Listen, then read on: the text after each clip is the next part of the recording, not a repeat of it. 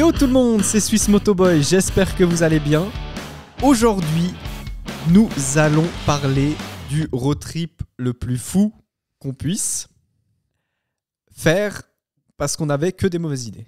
Fou. Je suis muté tout le temps. Je démute le deuxième. Voilà. Donc on a Léon Étape 1. et on va vous parler de notre premier road trip qu'on a fait tous les deux. Un petit peu à l'arrache, organisé un peu à l'arrache entre guillemets, au pire moment de l'année. Ouais. Et à un endroit... Hein ? Pour cette région, en tout cas, c'était le pire moment de l'année. Ouais, oui. Ouais, Il y a un peu pire, mais en gros, c'est plus trop le moment de faire des road trips parce qu'en gros, c'était un road trip qu'on a fait en Corse. Donc, on est descendu en Corse et on a décidé de le faire départ fin octobre et puis après sur début novembre. Vous imaginez que c'est pas la meilleure saison pour faire de la moto en Corse. Même si, franchement, ça allait en termes de météo. Ça allait, ouais. À quelque chose près. Ça dépend. Mais c'était surtout que c'était hors saison pour la Corse. Et du coup, voilà. Tout est fermé, il n'y avait personne. C'est ça. D'un côté, c'était cool parce que les routes étaient vides et tout. Ouais. Et puis de l'autre côté, il n'y avait pas trop de vie, quoi. Mais on reviendra. À part dans les 2-3 grandes villes, il n'y avait pas trop de vie. C'est vrai que pour le coup, au moins, les routes étaient... Les routes étaient sacrément vides. Hein. Ouais. On croisait personne, c'était... Donc voilà. Et on va essayer de vous faire un petit peu... On a, pour vous dire un peu sous les yeux, la map de la Corse. Et on était passé par une entreprise. Tu arrives à me redire le nom pour le road trip? Europe Active. Europe Active. Ouais. Okay. Ouais. Donc on était passé par cette entreprise. En fait, on s'était dit de manière un peu... à l'arrache, vas-y, on passe par quelqu'un qui connaît la zone et il nous avait réservé tout. Donc, il nous avait fait un planning, il nous avait réservé les hôtels et tout. Donc, c'était vachement une bonne idée. En plus, ça n'avait pas coûté très cher. Sûrement un peu le côté hors saison aussi. Mais apparemment pas. Hein. On n'a pas eu un prix, je crois. Par contre, on a eu des meilleurs hôtels. C'est le même prix, mais par contre, ils ont permis de faire des réservations plus chères. Quoi. Enfin, plus chères. Des meilleurs hôtels. Ah oui, voilà. Donc, on a quand même eu un peu de chance parce que c'est vrai que les hôtels étaient plutôt bien en général. Là, je regardais déjà avant, enfin, je revoyais les emails échangés, et puis c'était 600 € par personne, voilà. Compris. Ouais. Donc ferry et tout, enfin tout quoi. Ouais, ça c'est fou, hein, par ça quand ils pensent. Ouais. Hein. Enfin, il y a juste l'essence, quoi. L'essence, c'est après manger sur place, quoi. Essence et c'est tout. Ouais. Donc quand on pour une pense, semaine. Ouais. Donc c'était quoi, c'est 5 nuits, je sais plus, 6 nuits.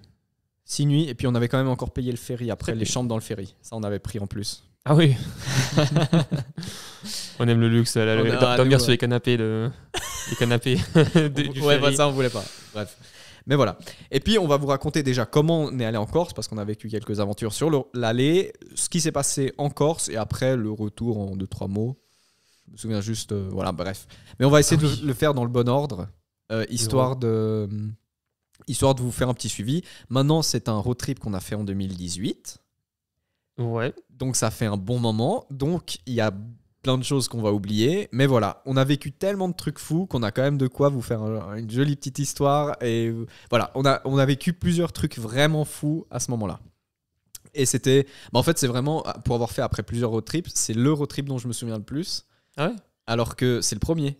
Mais c'est juste qu'on a vécu tellement de trucs fous. Ouais, mais c'était le plus spécial aussi. Dans le sens que c'était pas en Suisse, déjà de 1. Et bon, il y avait un ferry, c'était une île. Oui, mais quand on est descendu la route de Napoléon l'an passé, je m'en souviens moins bien de la route de Napoléon. C'était le pire, celui-là. Ouais, et puis on a aussi vécu quelques trucs un peu fous. Il faudra aussi une fois qu'on en parle. Mais la Corse, ça a été effectivement... il y a eu le côté ferry, il y a eu tous ces trucs-là. Mm-hmm. Mais en plus, sur l'île, on a vécu des trucs... Ah oui, tu vis pas ailleurs, quoi. Enfin bref, ça c'est pour que vous restiez jusqu'à la fin. Pitié. Mais donc voilà. Pour commencer, donc, on est parti donc le 26 novembre 2018. Vendredi, ouais. 26 novembre ? Non, octobre. 26 octobre. Oui, quand même. 26 novembre, là, il commence à faire froid, je pense. 26 octobre 2018. Et donc le plan, c'était de prendre le ferry à Gênes, en Italie, pour ensuite faire la traversée de la Méditerranée jusqu'à la Corse sur la nuit. Et là, l'aventure commence parce qu'en gros, on est quand même gentiment en hiver et qu'on avait deux choix. On était passé par le Mont Blanc, hein, le tunnel du Mont Blanc pour descendre. Non, le Saint-Bernard. Saint-Bernard. Ouais. Saint-Bernard, ok, pardon. Oui. Et en fait, on était arrivé déjà devant le Saint-Bernard en se disant, est-ce qu'on passe sur le col ou dans le tunnel ? Sauf qu'on s'était déjà bien gelé les mains. Hein. Il n'était pas fermé déjà ? Je suis plus sûr. Mais en tout cas, on n'avait pas voulu prendre le risque. Ouais. Et on s'était dit, bon, tant pis, on paye le tunnel. Ouais, de toute façon. Et on avait été plutôt contents parce que je me souviens que ce tunnel, il faisait bien chaud dedans. Ouais. Et que ça nous avait un peu refait. Parce que franchement, en Suisse, il faut vous imaginer que le week-end qui a suivi notre départ, il a neigé. Et il a neigé genre en plaine, à Genève et tout. Il avait neigé, je me souviens, mes parents, ils avaient envoyé des messages. Ah ouais ? Ouais. Le jour d'après, donc le week-end où on est parti. Ouais, c'est ça. Okay. Donc en gros, on est juste parti avant la neige, quoi. pour vous dire à quel point on est parti comme des touristes absolus. Parce que vraiment, en général, tu fais pas un road trip à ce moment-là en Europe, quoi. C'est pas ouf, quoi. Mais voilà. Et par contre, dès qu'on avait passé le tunnel du Grand Saint-Bernard et qu'on était arrivé en Italie et qu'on avait réussi à redescendre un peu dans la plaine, si on peut dire, et ben là, il faisait quand même plutôt bon, je me souviens. Ouais. Moi, ce que je me souviens surtout, c'était d'autoroutes de 3 ou 4 voies qui descendaient tout droit pendant des centaines de kills. À l'Italie, quoi. Ouais. Je me souviens de moi qui venais de débrider ma ZX6R. Donc j'étais en full. Toi, je crois que tu étais encore bridé. Toi, tu étais genre à 2 semaines près, un truc comme ça, non ? T'avais débridé 2 semaines avant, ouais, je crois. Ouais. Et puis, et en gros, faut vous imaginer, on est sur une grande autoroute. Il n'y a personne, sauf de temps en temps un gros 4x4 qui passe à 2,40. Une Porsche Cayenne qui vient. Et donc, normalement, en Italie, c'est 130. Nous, on était constamment à 140 environ, en train de descendre. Mm-hmm. Et peu importe. Oui, alors, au début, en tout cas, et on se faisait H24 dépasser. Et après, on a monté un peu le rythme. Hein. Je ne vais pas vous faire un dessin, mais on était au moins à 142. Ah, mais la voie de gauche, c'était la Deutsche Bahn. Hein. Là, c'était violent. Hein. C'était tellement ça. Mais on a un peu accéléré à certains moments et tu continuais à avoir des voitures qui te passaient à côté beaucoup plus rapidement. C'était un truc de fou. De manière générale, on a quand même plutôt respecté les limites. Mais ça m'avait permis quand même de tester un petit peu la puissance de ma moto et de voir quelques accélérations. C'était sympa. Après, c'est quand même marrant de se voir maintenant. Si on devait refaire ça, on était quand même plus tranquille à cette époque-là. Quoi. Je pense qu'on ferait plus les cons quand même, ça autoroute. Il y a des chances, ouais. Ah bah oui. Il y a des chances. Mais mais après, tu sais, c'est le premier road trip, première fois que tu es dans un autre pays. Et les deux, c'était une nouvelle moto. Toi, t'avais la Duke. Mais j'avais acheté l'année. Cette année. Ouais. Et puis moi, les deux, on avait cette moto depuis l'été environ. Ouais. Donc on a cette nouvelle moto, on roulait tellement souvent à cette époque-là qu'on avait déjà on les connaissait bien nos motos. Mais voilà. Et puis il y a aussi ce truc-là, voilà, les road trips de jeunes, tu vois. Il y en a un, il est en Sportif 600, qui est juste la pire des idées au monde pour faire un road trip. Et toi, t'étais en Duke, mais c'est un roadster, c'est pas non plus incroyable pour faire beaucoup de kills. Mais voilà, quand t'es jeune, t'y vas comme des sacs et ça te plaît en plus. À part ça, pour la Corse, un truc comme ça. Enfin, tu vois, les road trips où c'est quand même assez luxe, en mode tu fais juste de la route et puis les hôtels. Bon, au final, ça un passe sac bien. Avec des affaires dedans. Et puis... Après, il y a quand même la descente italienne, tu l'as pas trop kiffé, tu vois, à te prendre des kilomètres après des kilomètres devant dans la figure, tu vois, c'était... Oui. Ici, ton road trip, c'est du genre 50% d'autoroute. Oui. Le début, on s'est fait 4 heures d'autoroute non-stop. Oui, mais on savait. Tu sais, t'étais là, une fois que j'ai fait ces 4 heures, ensuite c'est cool. Ouais, tu vois. C'est ça. Mais voilà. Et surtout, on avait, moi je me souviens, on s'était dit, bon, on part, parce on avait le ferry vers 20h, approximativement. 22h30. 22h30, fait. Ok. C'est écrit. Ah bah, c'est encore mieux. Ici. Ah ouais, ok, je l'avais pas vu. Je sais pas si c'était juste, mais oui. Ouais, en tout cas. Il y a des chances. Hein. Ouais, en tout cas. Mais je pense que ça, c'était le départ du ferry, mais je pense qu'il fallait être avant embarqué, tu vois. Ouais. Et en fait, je crois qu'on avait visé d'être à 20h à Gênes, environ. Et on s'était dit, on a besoin de 4 heures. Visons au moins d'avoir 2 heures de marge. En tout cas, 1 heure à 2 heures de marge. Donc, on était assez prudents sur cette histoire. Ouais. L'autoroute, on a pu bombarder tout le long. Donc, il n'y avait pas de souci. Et là arrive la ville de Gênes. Et pour ceux qui s'en souviennent pas ou sur lesquels ça tilte pas, alors je ne saurais pas la date, il faudrait vérifier. Mais bon, ça, c'est pas très important.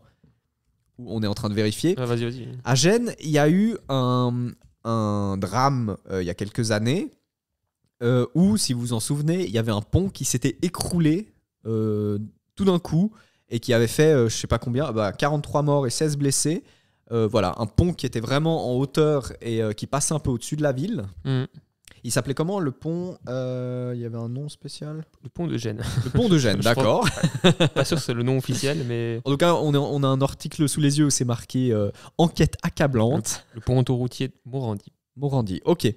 Et c'était quand ? C'était le 14 août 2018. Donc c'était l'été avant qu'on parte. Et en fait, ça, on n'y avait pas trop fait gaffe. Mais en fait, on s'est vite retrouvé face à un problème en arrivant à Gênes qui s'est mis en place avec le temps. C'est-à-dire qu'on arrive à Gênes, Léon était GPS pour le coup, et on arrive, et tout d'un coup, on arrive à un rond-point où c'est marqué, c'est ça qui m'a marqué à ce moment-là. On arrive à ce rond-point où c'est marqué aéroport. Tu vois. Alors qu'on visait plutôt le port que l'aéroport. Mais on arrive à l'aéroport. Et toi, on passe devant ce truc aéroport et on continue la route. Et on roule, je pense, une vingtaine de minutes de plus, un truc comme ça. Et on arrive à ce rond-point où c'est écrit aéroport. Et là, on se dit, il y a un truc qui cloche. Et on repart. Tu vois, on se dit, il y a dû y avoir un. On repart, on roule une vingtaine de minutes. Et on arrive devant ce rond-point où c'est marqué aéroport. Je sais pas si tu te souviens, on l'a fait souvent. Et après, à chaque fois, on revenait vers le dernier péage. Oui, on passait chaque fois par le même péage, c'est ça ? On sortait, c'était insupportable. Les deux premières fois, moi je l'ai pas tilté spécialement qu'on était en train de faire les trucs. Moi aussi, moi j'ai GPS. T'avais déjà, tu voyais peut-être mieux. Je voyais que c'était le truc. Mais moi je voyais juste ce truc, moi en te suivant juste, je voyais juste ce truc aéroport. Donc ça tu t'en souviens parce que c'était lumineux et tout. Et après tu vois de nouveau aéroport. Et je crois qu'après la troisième fois on se retrouve nouveau devant ce rond-point de l'aéroport. Là tu fais, je crois que je me suis trompé. Je vois où j'ai fait l'erreur. Suis-moi. On repart. La même route. Et en fait, il y avait un endroit où la route se séparait en deux. Et je pense qu'un de ces deux bouts devait partir sur le pont. Sauf que vu qu'il n'y avait plus de pont, il se rejoignait plus loin. Parce que je me souviens on rentrait dans un tunnel. Tu avais 2 entrées à ce tunnel. Ouais, mais... Et les 2 entrées ressortaient au même endroit. Et pour moi, l'erreur, elle était là. Ouais. Et toi, tu t'es dit... On était rentré plusieurs fois dans celle de gauche ou celle de droite, peu importe. Et tu t'es dit, c'est là l'erreur, donc on est rentré dans celle d'à côté. Ouais. Et on est retrouvé de nouveau devant l'aéroport. Le même rond-point. Mais en fait, le truc qui est bizarre, c'est que en fait, à aucun moment, il y a eu des travaux. En fait. Enfin, moi je suis pas sûr que ce soit lié au pont, tout ça. Ah si. Non, parce que... Ah mais moi, je me souviens que... Parce qu'au bout de la 3-4e fois, tu notes quand même, tu commences à faire gaffe à la route. Et pour moi, le point fatidique, c'était cette double entrée de tunnel où ça se séparait en deux et ça se rejoignait à la fin. Et à cet endroit-là, je pense que celle de droite, elle partait sur le pont, mais il n'y avait plus de pont. Mais en fait, ce que je ne comprenais pas, c'était qu'il y avait un moment sur le Google Maps, on roulait, et puis à un moment, il y a une route que Google pensait qu'on allait prendre, et qui en fait, elle n'existait pas. En fait, simplement, elle n'existait pas dans la réalité. Tu étais là, tu continues ta route et en fait Google il te re-switch à une autre route qui est la vraie entre guillemets, c'est celle sur laquelle t'es. Et du coup et là c'est là où la boucle commence en fait. Et tout le temps tu reviens. Voilà. Et en fait mais cette route, c'est ça qui est bizarre, c'est que c'est même pas lié au pont, tu vois, c'est une route elle n'existait pas. C'était ouf. Mais moi, je pense que c'était lié au pont, mais c'est juste qu'effectivement, cette route a disparu parce que le pont n'existait plus, donc il ne pouvait plus la faire exister. Et moi, j'ai vraiment ce souvenir de cette entrée où tu arrivais et tu ressortais au même endroit, alors que théoriquement, ça aurait dû amener ailleurs. Pour moi, Gênes, c'est juste un bordel. Ouais, mais je pense que le coup du pont n'a pas aidé dans cette histoire. Ouais. Et je me souviens, alors je ne sais pas si c'est au bout de la 3e ou de la 4e tentative. Il y a un moment, on a décidé d'aller au rond-point, de partir un peu derrière le rond-point. Ouais. On s'est dit, on prend ce chemin-là. Et on s'est retrouvé dans une zone genre de hangar d'avion. Ouais. Là où tu vois de la drogue. Avec des barbelés partout et tout. Nous, au milieu de ce truc, c'était une zone énorme. Et je me souviens qu'on s'est un peu regardé. On a dit, faut qu'on parte de là. Il y avait des SUV avec des SUV black qui étaient là. Avec des mafiosos un peu au loin. Et on s'est dit, les 2 Suisses, bon, alors là. C'est pas le bon endroit où être. On est reparti. Et je sais que après la 4e tentative, on s'est retrouvés. Donc on a fait 4 fois le tour. Hein. Là, toi, t'as dit fuck YOLO. It. On prend une autre route. Et après, effectivement, Google, il prend le truc. Google, il a réfléchi et puis ça nous a sorti de la boucle. Mais à noter quand même que notre avance de 1h30, 2 heures, elle s'est liquéfiée, elle a disparu. C'est chaud à la fin, ouais. Et en fait, après, on est arrivé très à la bourre sur le ferry. Déjà, c'est une galère parce que le port il est énorme de ce que j'ai comme souvenir. On savait pas trop. À chaque fois, on devait demander à des gars qui parlaient à peine anglais et tout. Et puis, qui voulaient pas parler anglais. Déjà, ils voulaient pas parler anglais. Le mec qui te regarde en mode pourquoi tu parles pas l'italien? Ouais. tu veux que je te tape ou quoi? Puis bon, nous Italiens, voilà, c'était compliqué, hein. Donc c'est toujours d'ailleurs. Et heureusement, pour finir, on a réussi à trouver le ferry. On a réussi à rentrer dedans. Ouais. Je me souviens que le ferry, ça m'avait mis un premier coup parce que, voilà, au début, tu vois, on avait déjà beaucoup roulé à moto et tout, mais tu te retrouves pas dans des situations spéciales. Et le ferry, c'était un truc sur 2 étages, au niveau des voitures, je dis, enfin au niveau des véhicules. Et nous, ils nous avaient fait monter au 2e étage et ils te faisaient monter une rampe métallique peinte en vert. Non, je sais plus quelle couleur c'était. Et toi, tu te disais, en plus, je vais mourir. Je vais mourir. La roue arrière va glisser, je vais crever. Alors que dans l'idée, il y a le chat qui est en train de tout casser. Oh là là. Alors que dans l'idée, ils ont... comment on pourrait dire ça ? C'est pensé pour. Il y a un relief et tout, donc ça grippe. Mais toi, tu montes ça la première fois, tu te dis, je vais mourir en montant. Et surtout, tu te dis, ce truc-là, je vais devoir le redescendre le lendemain. Moi, je m'étais déjà dit ça en montant. Je me disais, montant, bon, c'est toujours plus simple de monter quelque chose que de le descendre. Mais alors, j'étais encore moins rassuré pour la descente. Mais bref. C'est allé. Les motos ont survécu. On est des pros. Personne n'est tombé. Mais donc voilà. Et après, le ferry. Moi, je me souviens, c'était un ferry. Bon, ça c'est pour le détail, mais c'était un ferry Looney Tunes. Ah oui. Tu te souviens ? Voilà. Ouais. Moi, c'était la première fois que je prenais vraiment un gros bateau, pour le coup. Où il y avait aussi. Il y avait plusieurs restaurants à l'intérieur et tout. Bon, alors, je me souviens. C'était la mort. C'était pas ouf, les restos. Non, mais il faut savoir que, alors c'était au moins autant que c'est la hors-saison pour la Corse. Du coup, les ferries, c'est pareil. Enfin, genre, ton soi-disant ferry avec, je sais pas, une salle de cinéma, bar, c'était un truc de ouf. Ouais. il y avait 2 pecnos dedans. Ouais, mais il y avait quand même pas mal de gens qui traversaient. Moi, je trouvais. Ouais. Moi, j'ai été choqué. Choqué. J'exagère le truc, mais. Parce qu'en fait, la plupart des gens, ils prennent leur billet de ferry, mais ils sont pas comme nous, ils prennent pas une chambre. Nous, on avait une putain d'offre pour la chambre, même si c'était ils nous avaient mis quelque part à la cave.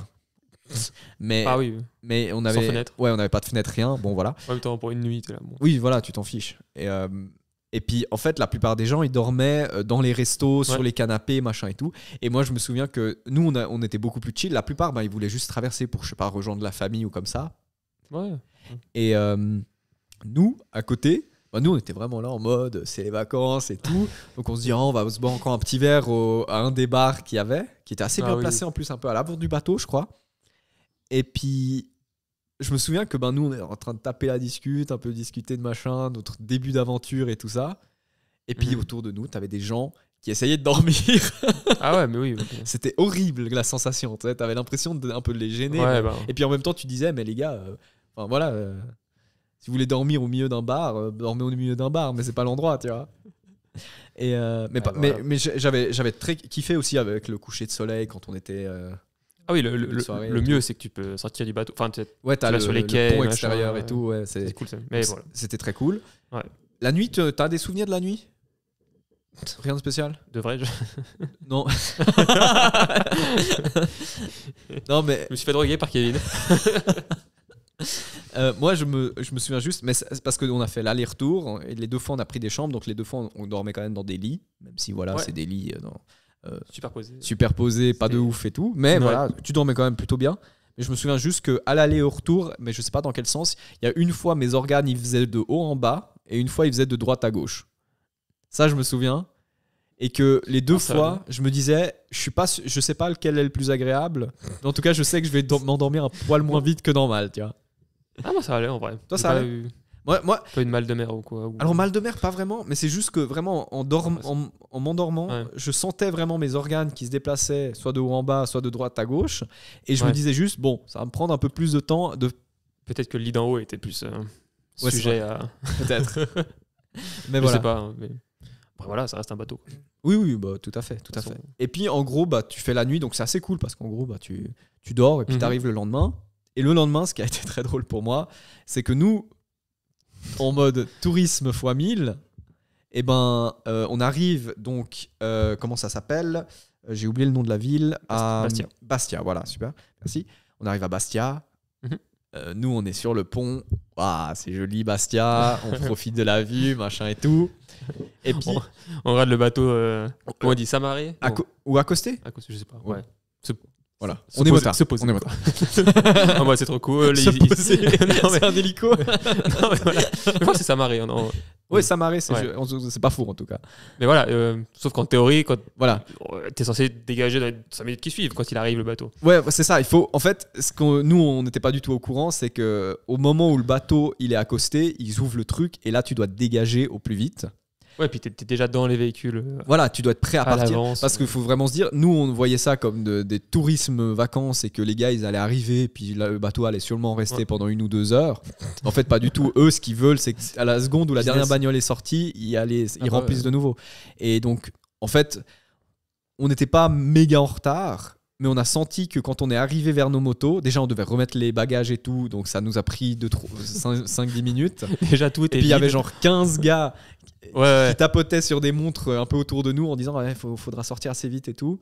Donc voilà, bon, on n'a pas trop gêné. Et même dans le stress, aucun de nous s'est chié. Aucun de nous s'est chié parce qu'on a bien pris le temps de descendre cette pente.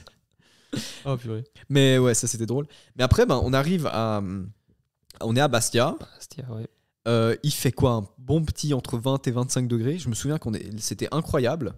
On était vraiment posé tranquille. Ah oui, mais la météo, en vrai. La météo le premier jour était incroyable. Bien. Et surtout, là, je pense on est tout de suite parti un peu inconsciemment en mode, on a fait pour moi quelle était la plus belle partie de ce road trip, c'est-à-dire le Cap Corse.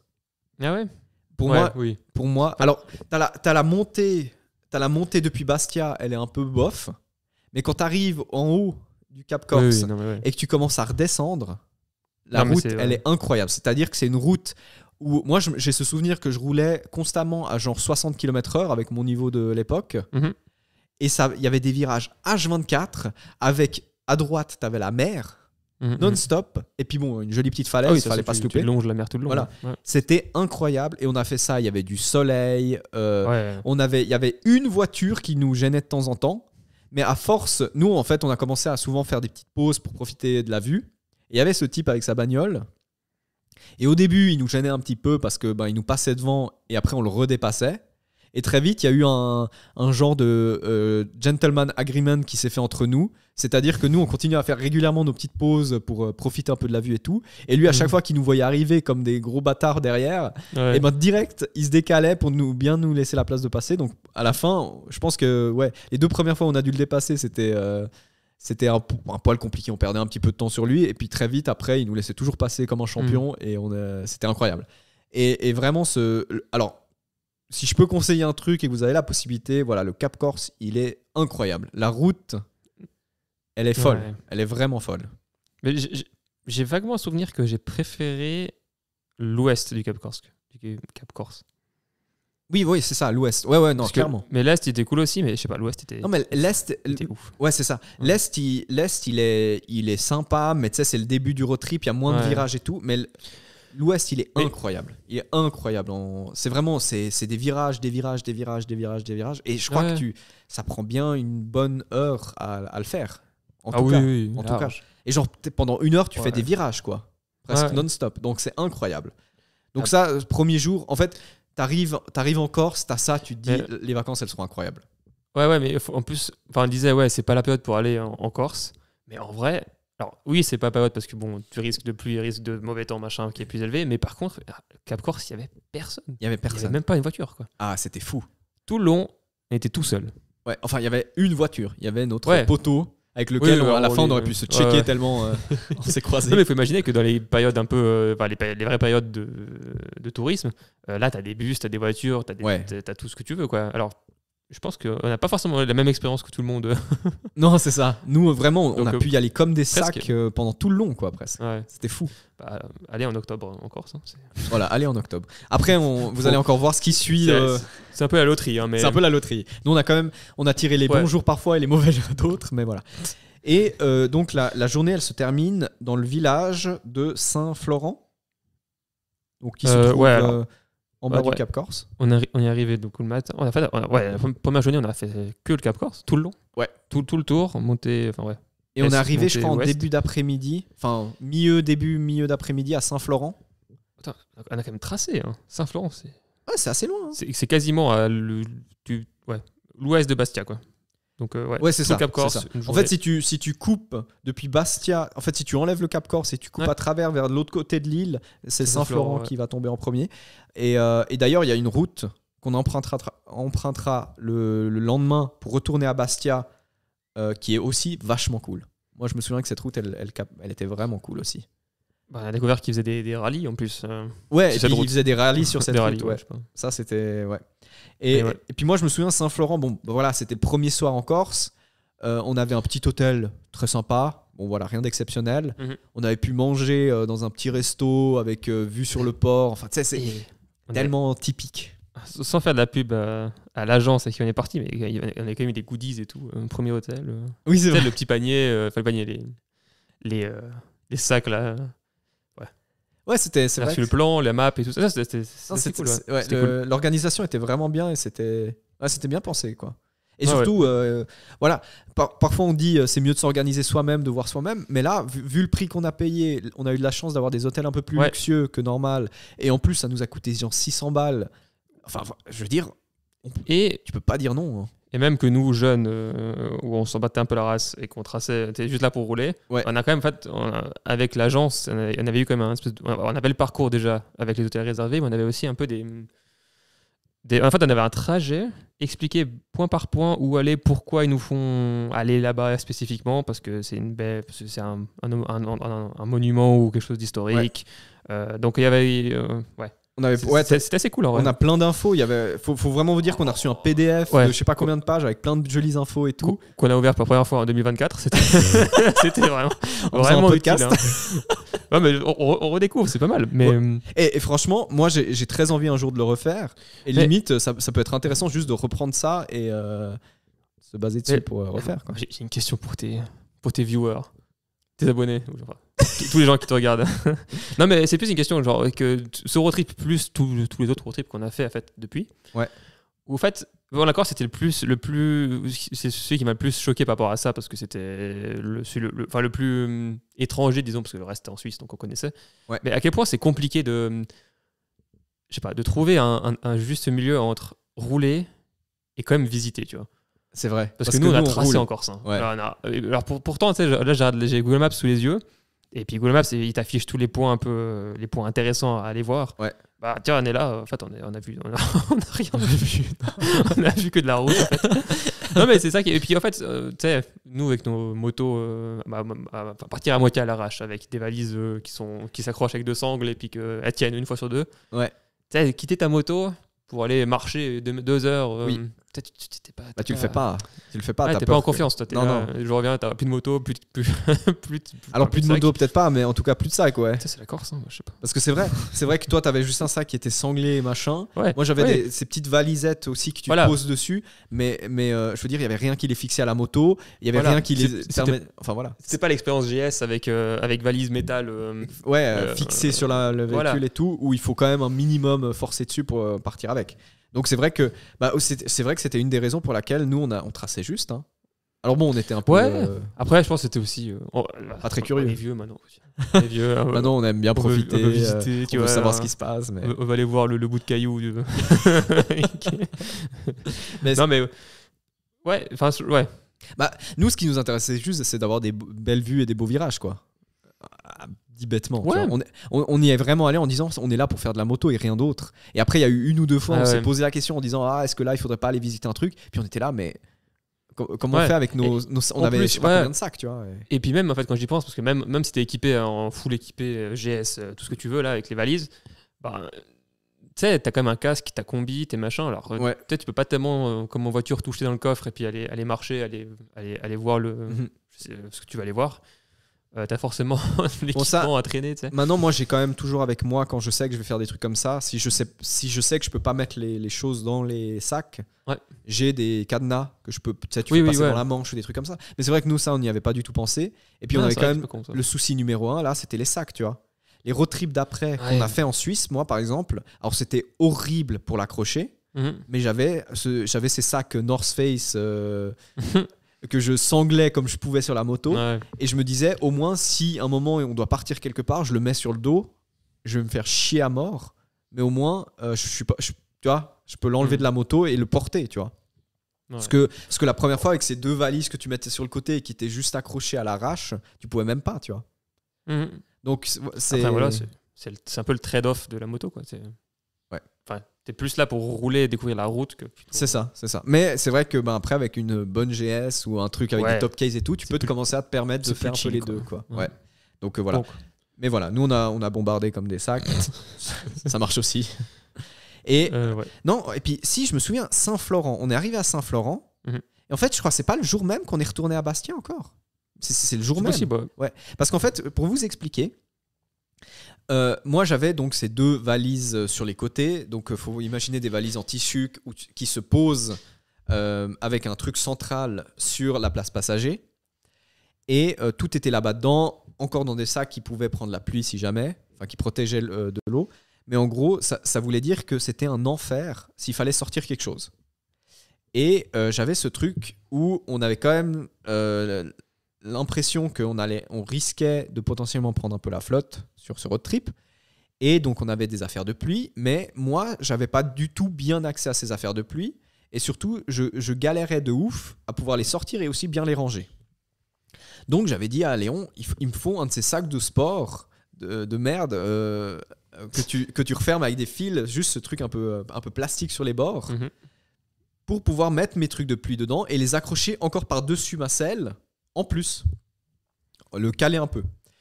Et donc, on a cherché longtemps pour trouver ce fichu sac, et on est allé jusqu'à Bastia, où on a galéré. Parce qu'en général, quand tu cherches pas, tu t'en vois toujours de ces trucs-là, et quand tu cherches, t'en vois plus.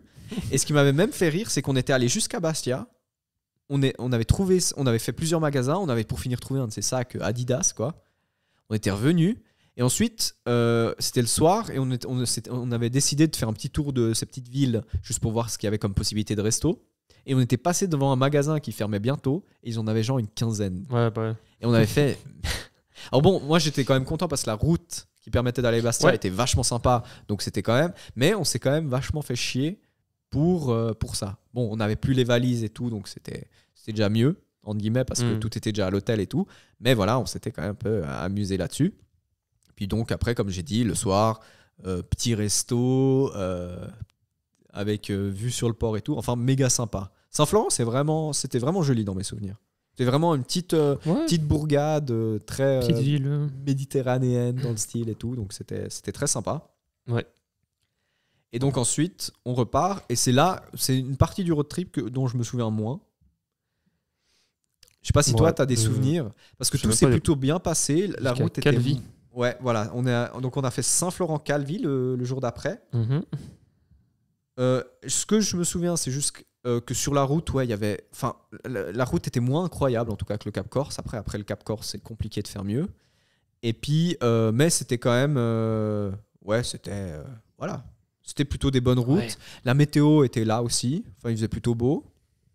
Ouais. Et moi, je me souviens juste qu'on était arrivé à l'hôtel, donc après toute la journée, quoi. On était arrivé à l'hôtel et qu'on avait été surclassé. Et ça nous a vachement refait parce qu'on est passé d'une chambre pour 2 personnes à un genre de petit appartement avec chacun son lit double et sa salle de bain et même un petit salon. Ouais, pas hôtel vide. Hôtel complètement vide, ouais. Et c'est là, ouais. Et ce qui était aussi très cool à noter, c'est que tous les hôtels qu'on a fait, à part par exemple celui de Saint-Florent, mais je crois presque tous les autres, il y en a peut-être 1 ou 2 exceptions, tous avaient genre un parking pour les motos, dans le sens, on a pu les mettre dans des box, les motos. Ouais. Ou en tout cas dans un endroit fait pour les motos où elles sont abritées de la pluie, voire des vues. Ouais, c'est pas mal ça. Donc c'était vachement cool. Et ça nous sera très utile le soir d'après. Et par exemple, dans cet hôtel-là où on était, Et ben vraiment, donc on a eu cette chambre de ouf. Et en plus, la fille, elle nous dit ouais, ça vous intéresse, on a un box, vous pouvez aller mettre vos motos, je vous donne la clé. On n'avait rien dû payer de plus et tout. Normalement, c'est quelque chose que tu loues en plus. Là, elle nous l'avait filé gratos. Bah, voilà, quand l'hôtel est vide, pourquoi pas laisser profiter. Nous, on en a d'autant plus kiffé, quoi. De toute façon, je pense que toute l'année, ils font ça. Je sais pas. Oui, mais je pense que ça se remplit assez vite. Ouais, voilà, c'est ça. Et je pense que les gens, ils payent pour l'avoir. Et puis là, vu que c'était vide, voilà. Mais Calvi, c'était cool comme ville. Enfin, c'était mort évidemment parce que voilà. C'était mort. Ouais. Bah, c'est ça, je m'en souviens pas plus que ça. Moi, je me souviens vraiment de la chambre où on était dans des conditions de ouf, quoi. Ouais, mais ouais, c'était assez touristique en vrai. Ouais, et puis c'était quand même une des villes quand même un peu moins morte, parce qu'Alvi c'est quand même une ville un peu plus grande. Ouais, je pense que c'est une ville qui est assez touristique ouais, durant l'été. C'est ça. Et puis voilà. Mais même là, quand on arrivait à un endroit, souvent, déjà, t'es un peu rincé par la route. Donc tu visites pas plus que ça si t'as le temps. Parce que là, franchement, moi je me souviens qu'on avait quand même... En tout cas, par exemple, Saint-Florent, on est arrivé assez tôt dans l'après-midi. Dans l'idée, on aurait bien eu le temps de visiter tout. Bon, on est allé visiter Bastia pour finir, pour d'autres raisons. C'était cool aussi. Faut trouver un sac pour l'autre débile qui est équipé n'importe comment. qui a même pas un sac à dos avec les... Je vois pas de qui tu parles. Mais... alors, le coup de pas de sac à dos avec soi, c'était réfléchi à la base. Parce que je me disais, je veux rien sur les épaules, alors pour faire des kills et des kills. À son premier road trip, fallait bien faire des erreurs. Ah bah et on les a fait aussi pendant le 2 et le 3e. Hein. Différent. Mais voilà. Et mais ouais, ce bout du voyage, bon voilà, c'est un truc en 2018, je m'en souviens pas spécialement. Par contre, le jour d'après, c'est là où ça s'est gâté. Ah oui ? Oui, parce qu'après, si je suis pas complètement à côté, donc on est parti de Calvi et on devait arriver dans une petite ville, village de vacances qui s'appelait Porto. Et rien à voir avec le Portugal pour le coup. Et ce jour-là, sur la route, on avait un premier trajet jusqu'à Porto. Je crois que ça durait peut-être 1 heure, 1 heure et demie de tête. C'était pas très long. Ouais, non, et on s'était chopé une quantité de flotte sur la gueule qui était juste légendaire. C'était déjà... Oui, ça avait commencé... Mais du coup, si c'était là, la route elle était ouf. La route était incroyable, mais elle était détrempée. Il y avait des moments, tu rentrais dans un virage, à la sortie, tu avais une flaque de genre 36 cm de profondeur qui t'attendait. Et il y a 2-3 fois, j'ai vraiment... je me suis fait un peu d'aquaplaning. Hein. Très clairement, parce que t'arrivais dans ces trucs à 60 et ça faisait... Et c'était là où on a fini dans du sable et tout avec les motos ? Non, ça c'était plus tard pour moi. Plus tard, ouais. Là c'était quelque chose aussi. Non, et puis en fait, dans le plan qui nous avait préparé pour le road trip, l'idée c'était qu'on arrive à Porto, potentiellement qu'on prenne déjà l'hôtel, et après on avait tout un trajet tout un détour à faire où on pouvait encore faire l'après-midi. Parce qu'il faut vous imaginer qu'on est arrivé à Porto, on est parti le matin de Calvi, on est arrivé à Porto vers peut-être 11h. 10h30, 11h, je pense qu'on est arrivé. On a tout de suite pris l'hôtel. Mais en fait, on avait déjà pris une quantité de flotte astronomique sur la gueule. La route était plus que détrempée. Comme je dis, il y avait des flaques énormes. Et toi, tu disais, il faut juste qu'on mange et puis on repart pour faire le deuxième bout. Là où moi, j'étais un peu moins chaud. Et ce qui s'est vite avéré être un gros souci, c'était qu'il fallait imaginer que quand tu arrivais sur Porto, tout en haut de Porto, parce faut imaginer que c'était comme une petite vallée. Non, c'est pas le bon mot. Ouais, je sais pas, une espèce d'enclave. Une enclave qui donnait sur la mer. Et en haut de cette enclave, quand tu arrivais, t'avais un carrefour, je crois, c'était. Puis nous, donc, en arrivant, on se dit cool, un carrefour. Tu vois. Au pire, on va vite acheter 2-3 trucs à bouffer chez Carrefour. et puis comme ça, on mange à midi si on trouve rien. On prend l'hôtel et on décide de monter à pied jusqu'au Carrefour. Tu vois, c'était 5-10 minutes de marche, même pas. Faut vraiment dire, pour vous imaginer, c'était vraiment petit. Hein. C'était rempli d'hôtels, il y avait une jolie plage et tout, mais pas beaucoup plus, quoi. Et puis, on arrive devant le Carrefour et on voit qu'il est fermé. On est genre milieu de semaine. Et il n'y avait rien. En fait, il faut vous imaginer que je crois l'hôtel qu'on avait nous, il y avait peut-être 10 hôtels dans cette zone. Ouais. Il y en avait peut-être 2 qui étaient ouverts. Tous les autres étaient fermés. Donc on se dit merde, il n'y a pas de resto ouvert, il n'y a rien. Et donc on trouve un petit échoppe sur Google et on se dit, bon, bah, on va voir dans cette échoppe si lui, il est ouvert, tu vois. Et on arrive dans l'échoppe, il y avait le rideau de l'échoppe qui était à moitié en bas. Donc on regarde quand même en dessous et on voit un type dans l'échoppe, on lui demande, il y a moyen d'acheter quelque chose et tout. Et le gars, il nous dit, ouais, ok, rentrez. Je suis en train de fermer l'échoppe pour la saison. Mais si vous voulez 2-3 trucs, vous pouvez prendre et tout. Je m'en souviens pas de ça. Moi, je m'en souviens parce que c'était une échoppe à moitié vide. Il y avait que des cochonneries. Et donc, on s'est retrouvé à acheter pour, je pense, bien 20 € de bonbons, sucreries, de merde. Rien de vraiment bon pour manger, pour la santé. En se disant, il faut juste qu'on aille des trucs à bouffer. Parce que si on trouve pas de resto, rien, ce sera quand même bien d'avoir ça, tu vois. Là où on a quand même fait la petite erreur, c'est qu'en fait, notre hôtel, il avait un genre de snack. Ouais. Tu pouvais acheter des pizzas et des trucs, mais on n'a pas été assez cons pour y penser, tu vois. On est passé à côté 3 fois.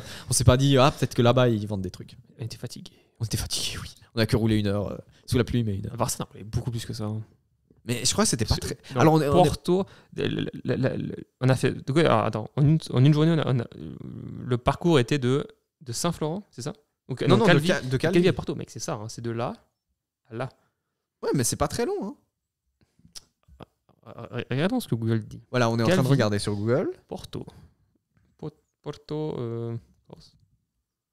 C'est ça, là? Je crois que c'est celui-là, ouais. En bus, il n'y a pas de bus. Il n'y a pas de train, si jamais. Ouais, 1h30. Ouais. Ouais, tu vois, 1h30, c'est pas très long. Et en voiture, donc, ouais. 1 heure en moto, quoi. Ouais, mais là, c'était sous la pluie, on roulait quand même tranquille. Hein. Ouais.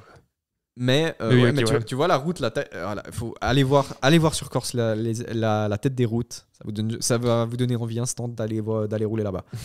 Il y a tellement de virages, c'est un truc de fou. Mais moi, je me souviens qu'on avait fait très vite. Et en fait, ce qui était prévu, c'est qu'après, tu faisais un détour au niveau de la montagne. Alors, je pourrais pas dire précisément, mais qui faisait de nouveau, je pense, 1h30, 2 heures, tu vois. Et en fait, on avait pris déjà tellement la flotte le matin, ils annonçaient tellement de mauvais temps l'après-midi, que toi, t'es au début motivé. Après, je t'ai un peu dit, non, gars, non, flemme, tu vois.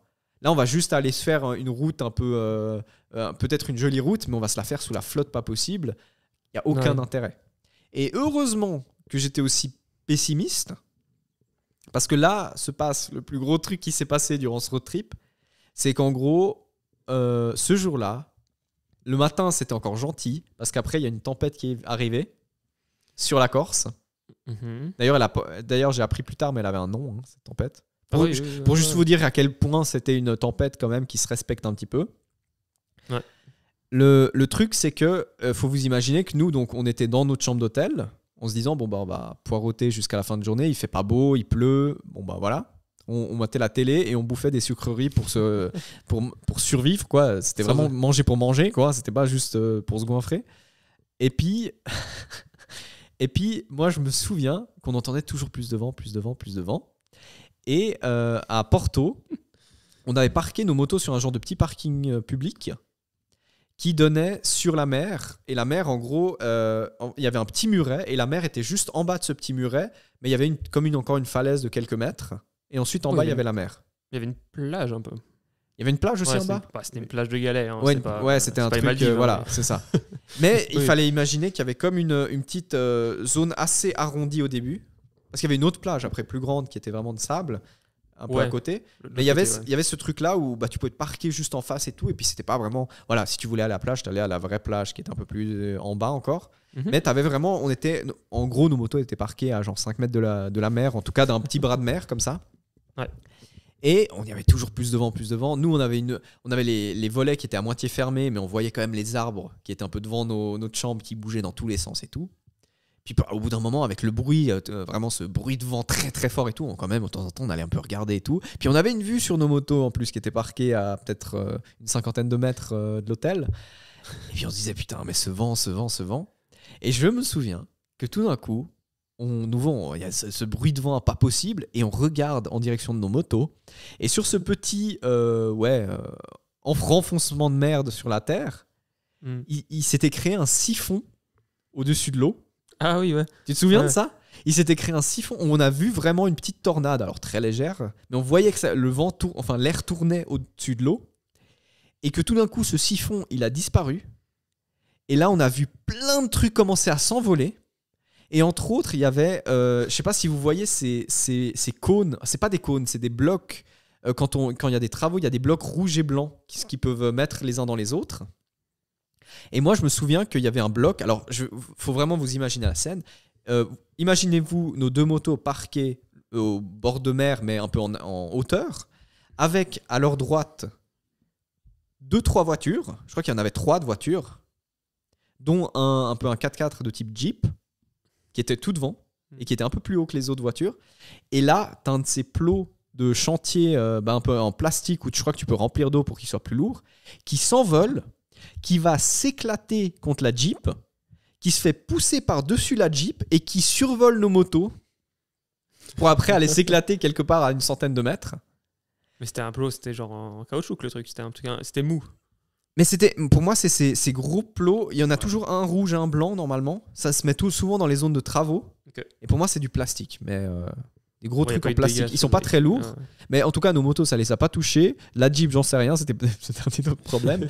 Mais en tout cas, à ce moment-là, on voit donc un truc volant qui arrive en direction de nos motos. Heureusement, par chance, il y avait des véhicules qui nous protégeaient les motos. Et là, on se dit, putain, merde, il faut qu'on enlève nos motos de là. Donc, qu'est-ce qu'on fait ? On court à la réception de l'hôtel, voir le gars de l'hôtel en lui disant, gars, là, c'est un peu la merde, quoi. Ouais, bon. Et le gars qui était déjà en train de courir après ses chaises. Ouais, le gars, il courait déjà gentiment. Mais ça, c'était un peu plus tard parce que d'abord, il était encore à l'accueil. Moi, je me souviens, première fois qu'on descend, il est à l'accueil et on lui dit, écoute, il n'y a pas un endroit où on peut aller mettre nos motos un peu à l'abri parce que là, avec le vent qu'il y a, on a peur qu'elles tombent. Et le gars, il nous fait ouais, j'ai un petit spot plus haut, un endroit où vous pouvez aller les parquer et où elles seront protégées. Nous, on dit oh, cool.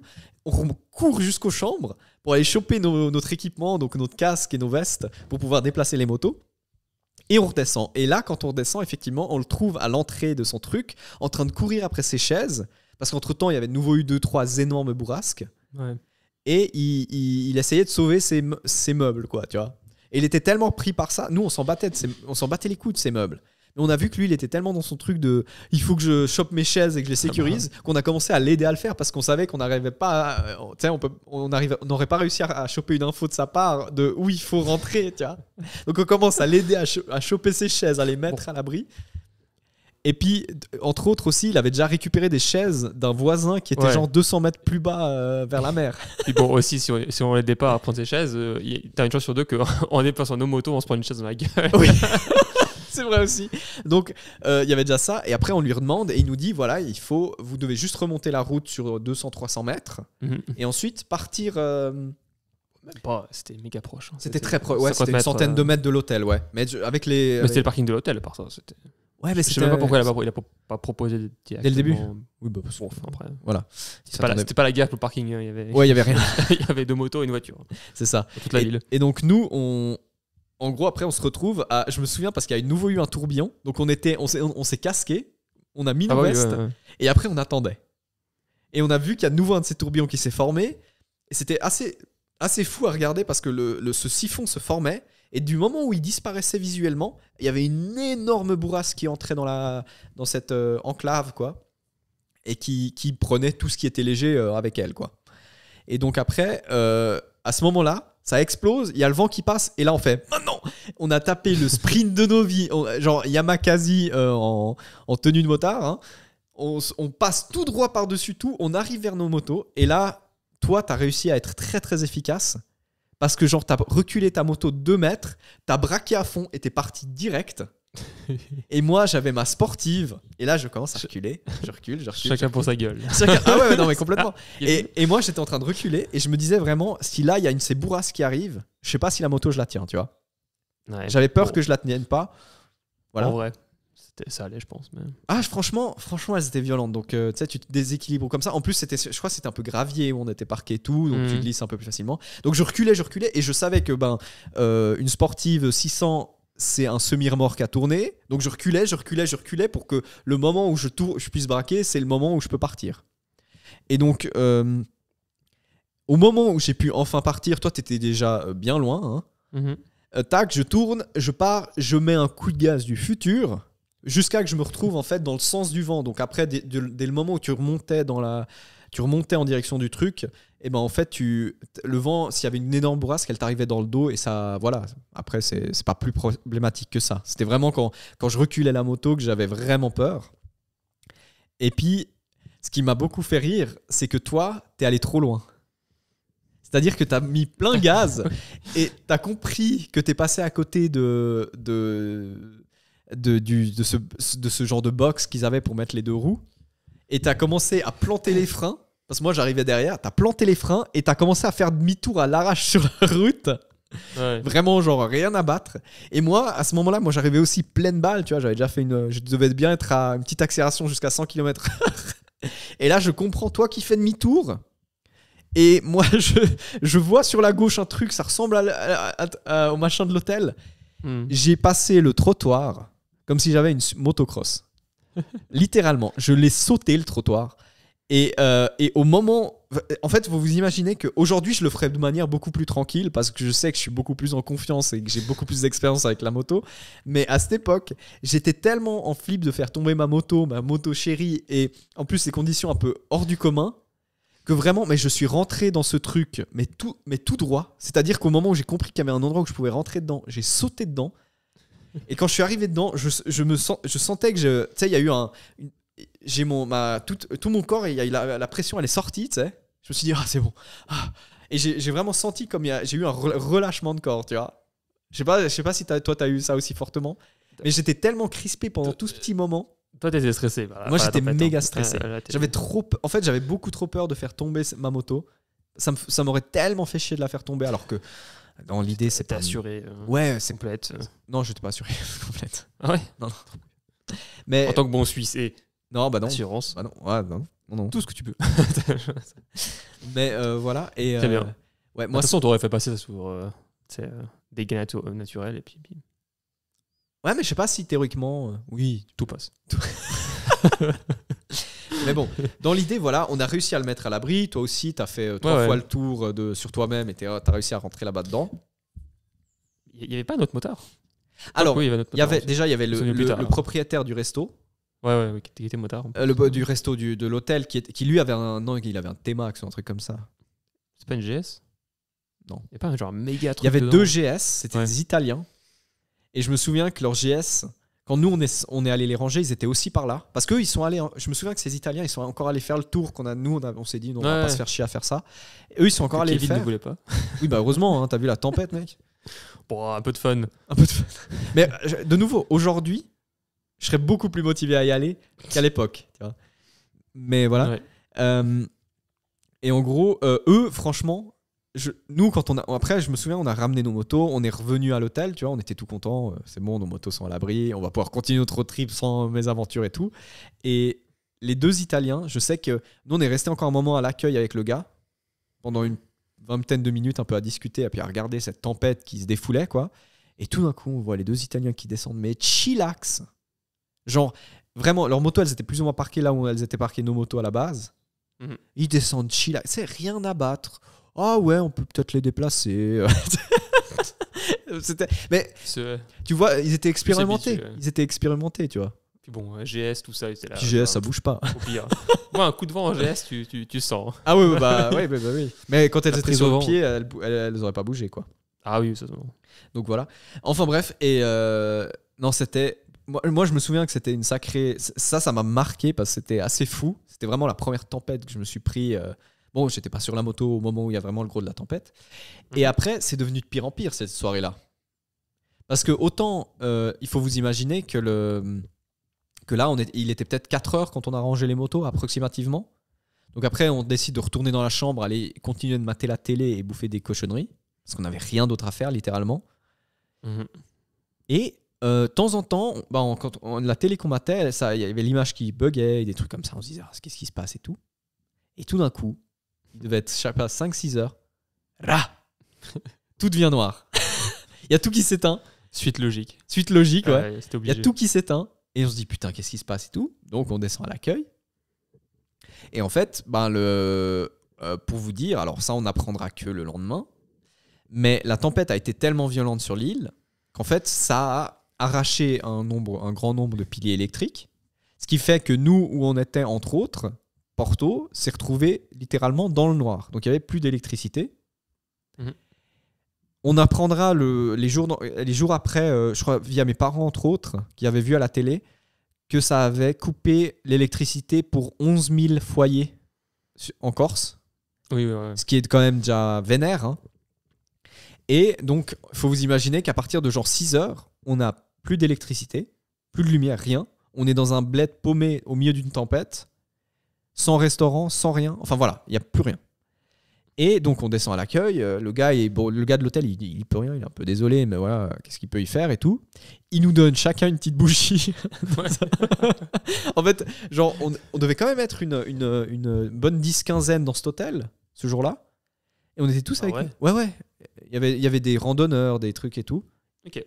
Et on était tous avec nos bougies, comme ça, à la main. Puis on se regardait un peu dans le blanc des yeux en se disant, voilà. Heureusement, comme on vous avait dit avant, il y avait quand même un petit fast-food, un petit snack de l'hôtel. Donc, on a quand même pu manger le soir même de la pizza froide. La pizza congelée. Non, elle avait déjà été chauffée une première fois, sauf qu'elle n'avait pas pu être gardée en température.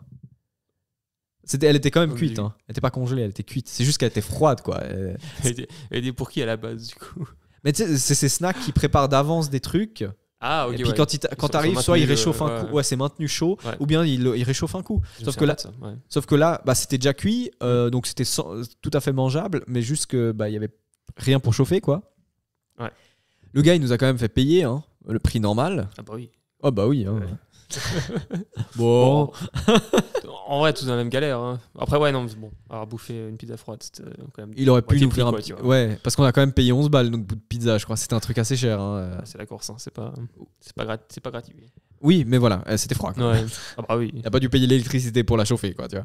Enfin bref, c'était le petit détail. Et donc, on s'est retrouvés la soirée de merde. On s'est retrouvés dans notre chambre d'hôtel, dans le noir, avec chacun une bougie, à bouffer de la pizza. Et je me souviens que le seul truc qu'on avait à faire, c'est qu'on était sur nos phones. Ouais. Alors, bien sûr, s'il n'y a plus d'électricité, il n'y a plus d'antenne, il n'y a plus d'internet. Enfin voilà, on n'avait plus rien. Tu vois. C'est pas comme si on pouvait aller sur YouTube et se mater une vidéo, quoi. Ça avait tout coupé. Il y avait plus de. Tu vois, je pouvais pas appeler mes parents pour leur dire ça va, pas de souci, tout va bien, ou on a passé une bonne journée, c'est la tempête, c'est marrant. Bref, on était vraiment coupé du monde. Et le seul truc qu'on avait à disposition, c'était nos Natel. Et je me souviens qu'on a passé la soirée à se faire écouter des musiques qu'on avait enregistrées sur nos Natel en disant tu connais celle-là? Au retour à des genres quand t'as 10 piges avec tes potes. Ouais, c'est ça. Est-ce que tu la connais celle-là? Bon, ça nous a occupé. Bon, on s'est couché tôt pour finir parce que une bonne nuit de sommeil en tout cas. Mais la tempête pendant ce temps elle continuait et tout. Il y avait pas de pitié dehors. Ah. C'était quand même violent. Ça aurait pu être pire. Hein. Genre, fenêtre de la chambre cassée. Ah oui, alors. Des conneries, tu vois. On a quand même bien fermé les volets assez rapidement et tout. Mais tu vois, t'es dans le noir.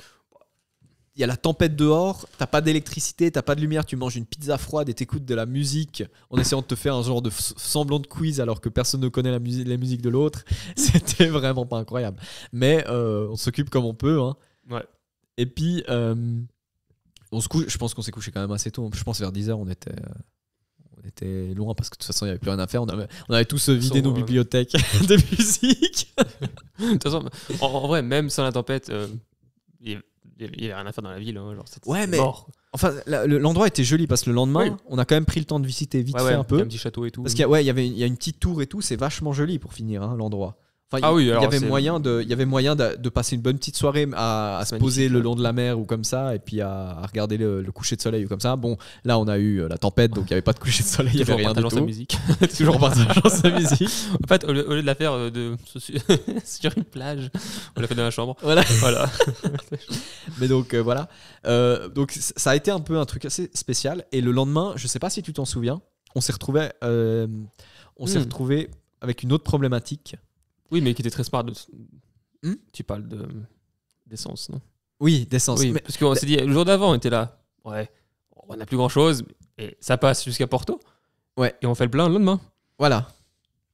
Sauf que malheureusement, il faut vous imaginer que quand il n'y a plus d'électricité, les pompes à essence, ça pompe plus beaucoup. Et entre celles qui ont pris un arbre dessus et puis qui ne marchent plus, et puis celles qui n'ont juste plus d'électricité, et on a dû rouler pour en trouver une. Ouais, alors déjà, avant de ça, je me souviens encore que quand même le gars de l'hôtel, le lendemain pour le petit-déj, vu qu'il y avait eu la tempête, il n'y avait pas eu de livraison de trucs de petit-déj, quoi. Donc je me souviens qu'il nous avait quand même offert le petit-déj, parce que nous on n'avait pas pris petit-déj, je crois, comme option. Oui. On avait pris ? Ouais. Ok. Donc on avait quand même le petit-déj, mais vu qu'il n'y avait pas de petit-déj, on a pu manger des desserts qu'il avait en stock. Je me souviens du millefeuille en petit-déj. Tu te souviens pas ? Oui, mais ce qui est bizarre, parce que le frigo il marche plus très bien non plus. Oui, heureusement. Comment il a gardé son dessert ? En tout cas, ils étaient bons. Ah oui, ouais. Donc voilà. Ouais. J'ai pas de souvenir de ce dessert, mais en tout cas, je peux te dire qu'on a mangé des desserts au petit-déj le lendemain. Ouais. Et ensuite, effectivement, on s'était dit, essence. Et je me souviens qu'il y avait une petite station à la sortie de Porto dans la direction où on devait aller. On s'arrête à la station, on voit qu'il n'y a rien qui est allumé. C'était une station où tu payes juste avec la carte et voilà. Sauf que il n'y a rien qui fonctionnait. Et là, on se dit, merde. Toi, tu avais une jauge d'essence, moi, j'avais même pas de jauge. Mais je savais, moi j'utilisais le kilométrage de ma moto pour savoir approximativement. Pas de jauge.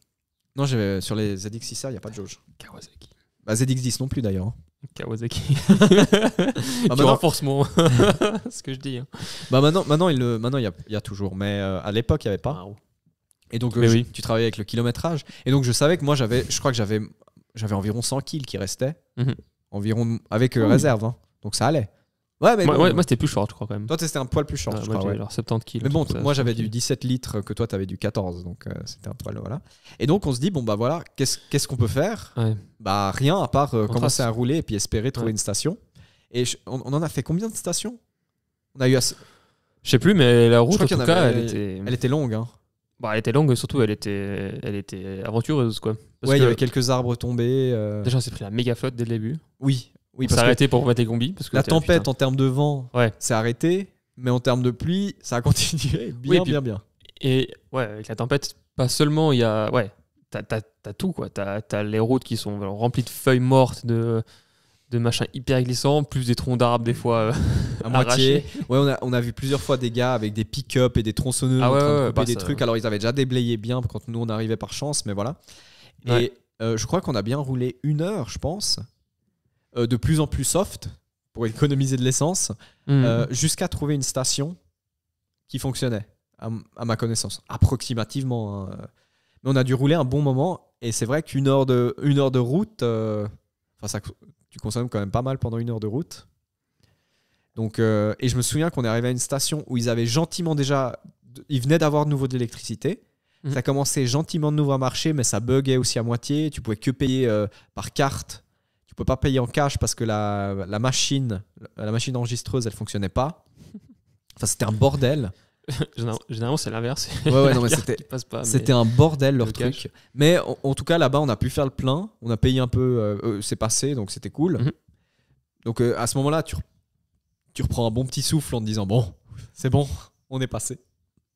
D'ailleurs, j'ai oublié. Tu te souviens le lendemain de la tempête ? Moi, ce que je me souviens encore de cette tempête, c'est que déjà, parce que là, je retourne en arrière à Porto. Ouais. On ouvre les fenêtres de notre chambre, il fait plutôt beau, tu vois. Alors après, la pluie est revenue, mais il faisait plutôt beau. On a pu aller visiter la petite tour, château, machin et tout. Enfin, on a profité un peu de l'endroit. Il y avait quand même, un des premiers arbres qu'on voyait devant nous, il avait une énorme branche arrachée. Il y avait plusieurs branches par terre et tout. Enfin, on voyait que ça avait bien bossé. Il y avait quelques voitures qui avaient pris et tout. Et surtout, je me souviens, quand on a quitté l'hôtel, enfin, quand on est descendu de l'hôtel pour aller, ou qu'on est allé manger le petit-déj, je sais plus. On était tombé sur le gérant qui était devant son hôtel, qui regardait vers le haut et qui disait putain, elle est où ma gouttière? Ouais. Oui, ça lui avait arraché toute la gouttière, il savait pas où elle était. Oh le pauvre. Oh là là, quel enfer. Enfin, faut vraiment vous imaginer que comme quoi c'était pas la petite tempête, quoi. C'était pas le truc gentillet, un peu de vent, grosse pluie. Non, c'était vraiment ça arrachait des trucs, quoi. Donc non, mais c'est une des tempêtes les plus violentes que la Corse a connu ces dernières années. Ouais. Ah mais depuis toujours même. Depuis que c'est commencé à être la Corse.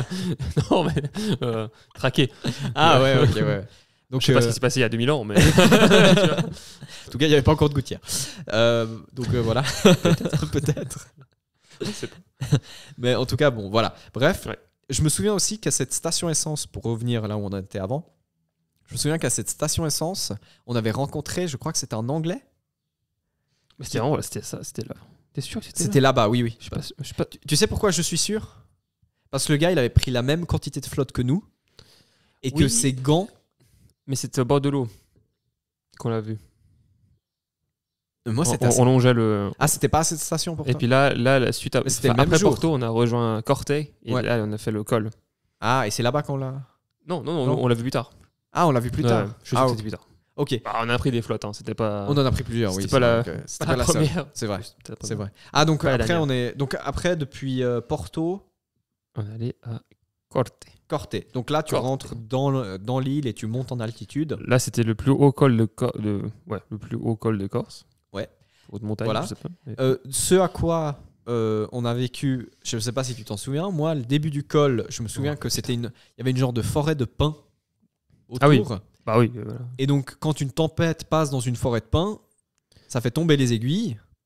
Et il faut vous imaginer que la route était tapissée orange d'aiguilles de pin. Je vous laisse imaginer comme ça devient aventureux contact de roue. Je me souviens qu'on a fait des kills et des kills dans les traces des voitures parce qu'il y avait quelques voitures qui étaient passées. Ouais. Et on roulait dans les traces parce que les voitures avaient un petit peu enlevé les épines. Et c'était le seul moyen de rouler un poil en sécurité parce qu'il faut vous imaginer de rouler sur un... C'était vraiment un tapis. Ouais, tapis d'épines mouillées. Mais la route, elle était orange. Genre. Elle était orange, ouais. Vraiment, c'était... Orange. Après, je sais pas si c'était vraiment glissant. En vrai. On n'a pas testé. Ouais. On aurait pu tester. On aurait pu accélérer quand même. Hein. On aurait pu taper un frein d'urgence pour voir. Petit genou dans le virage. Et... franchement, ça se tente. Mais ça avait l'air vachement glissant. Ah oui, et en plus... Route de col. Route de col. 1500 mètres hein, environ. C'est pas hyper haut pour la Suisse. Et putain, 2 degrés en haut. 2 degrés. 2 degrés. Et surtout, parce que d'abord, c'était les pins. Voilà. D'abord, c'était les aiguilles de pin qui étaient sur la route. Ouais. Ça, c'était le début. Mais après, dès que tu es monté suffisamment en haut, il n'y avait plus d'aiguilles de pin, par chance, mais il y avait de la neige à la place. Oh là là. Il y avait un peu moins de neige, heureusement. Il y avait plus de traces de voitures. Donc, tu roulais pas trop. Enfin, tu pouvais rouler sur du béton, mais tu roulais sur une trace de pneu, quoi. Ouais. Ouais, mais c'est pas le pire, la partie. La route, au final. Ça va. Mais le problème, c'est qu'on était trempes. Ouais, on était. Parce que. encore, comme je pense tout le monde, on a une combi. Une combi qui couvre le haut et le bas. Mais chaussures et gants. Alors ça, c'est toi. Hein. Ça, c'est toi. Parce que moi, j'avais les bottes de pluie et j'avais les gants de pluie.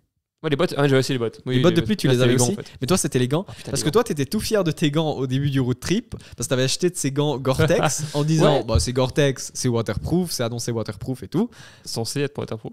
Oui, mais c'est le Gore-Tex. Il y a des limites, quoi. Voilà, c'est waterproof pendant un moment. Très, très basse, la limite. Hein, on avait quand même pris, quand tu prends 1 heure de pluie dans les gants. Ouais. Parce que moi, le Gore-Tex, j'avais fait l'armée en 2016, donc l'armée je l'avais déjà fait et nous on avait des vestes Gore-Tex à l'armée. Ouais. Et t'apprends au bout d'un moment que la veste Gore-Tex c'est pas la solution absolue contre la pluie. Il y a des trucs mieux contre la pluie, tu vois, que le Gore-Tex. Et toi, je me souviens que en arrivant en haut, t'avais les mains mouillées, sauf qu'il faisait 2 degrés, donc 2 degrés mains mouillées. Il n'y avait pas de poignée chauffante à l'époque sur les motos, enfin sur nos motos en tout cas, voilà. Et donc je me souviens que plusieurs fois on s'est arrêté pour que tu puisses aller coller tes mains contre ton pot d'échappement pour essayer de gagner quelques degrés. Et ça, le pire, c'est que le problème de ces gants-là, qui sont les gants d'hiver, un peu genre Gore-Tex, chaud et tout, c'est qu'en fait c'est des gants méga épais. Ouais. C'est-à-dire qu'une fois que ces machins sont trempes, c'est une éponge. Le truc, c'est une éponge remplie d'eau. Et j'avais les mains presque bleues à ce moment-là. Ah, mais oui. Et moi, à côté, je me souviens que j'avais. Ça, c'était un des trucs où j'étais assez fier. C'est que je crois que j'avais pris 2 paires de gants. J'avais pris mes gants un peu été, que j'ai roulé quand il faisait beau. Et quand il faisait froid, j'avais des gants de ski. J'avais pas des gants de moto, j'avais des gants de ski. Ça, c'est la technique. Ouais. Et ça, Ah non, c'était pas des gants de ski, c'était des gants de moto, mais hiver aussi plus chaudes. Mais par-dessus, vu qu'il pleuvait, j'avais des moufles. Oui, des machins des moufles de pluie. Et ça, franchement, à ce niveau-là, moi j'avais froid aux mains, mais ça m'a sauvé la life. Parce que je crois que j'avais encore mis même des sous-gants, genre eau de l'eau, que j'avais en plus sur moi. Donc j'avais genre 3 couches de gants. Corse, quoi. Ouais. Tout ça en Corse. Ouais, mais c'est ça. Mais pour le coup, moi, j'avais les mains froides, mais elles étaient sèches. Et ça, moi, ça m'a sauvé la life. Et toi, tu devais souffrir. Ça devait être un truc de fou. Bah, je me suis pas dit qu'il y avait avoir de la neige, 2 degrés en Corse. Mais... Et pourtant, on était en novembre. Hein. Oui. Maintenant, on sait quoi. Maintenant, on ne fera plus l'erreur. On passera plus par là. Non, mais à part ça, c'est vrai que maintenant je m'en souviens un petit peu plus de cette route. Elle était incroyable, cette route, à part ça. Le col, bon, on l'a pas, on l'a fait à 20, vraiment quoi. profité. Ouais, c'était un peu. Voilà. Au début, on avait peur de glisser. Après, toi, t'avais froid aux mains et moi, j'avais toujours peur de glisser. Toi, glisser, c'était ton deuxième problème. Toi, tu voulais juste garder tes mains en vie. Mais moi, je voulais juste tracer pour aller au chaud, quoi. Ouais. Mais parce que le truc, c'est que quand tu passes, la route qu'on a fait, qui est de Porto à Corte, c'est ça, Corte. Oui. En fait, voilà, tu commences assez vite par le col, qui est assez ouf en vrai. Enfin, j'ai souvenir, on s'est traîné le cul parce qu'évidemment, les conditions étaient permettaient pas d'aller plus vite. Mais par contre, ensuite, une fois que tu descends de l'autre côté, t'as un canyon de malade. Oui. Bon, là, c'est serré. Donc, nous, il y avait du trafic, mais ça allait encore.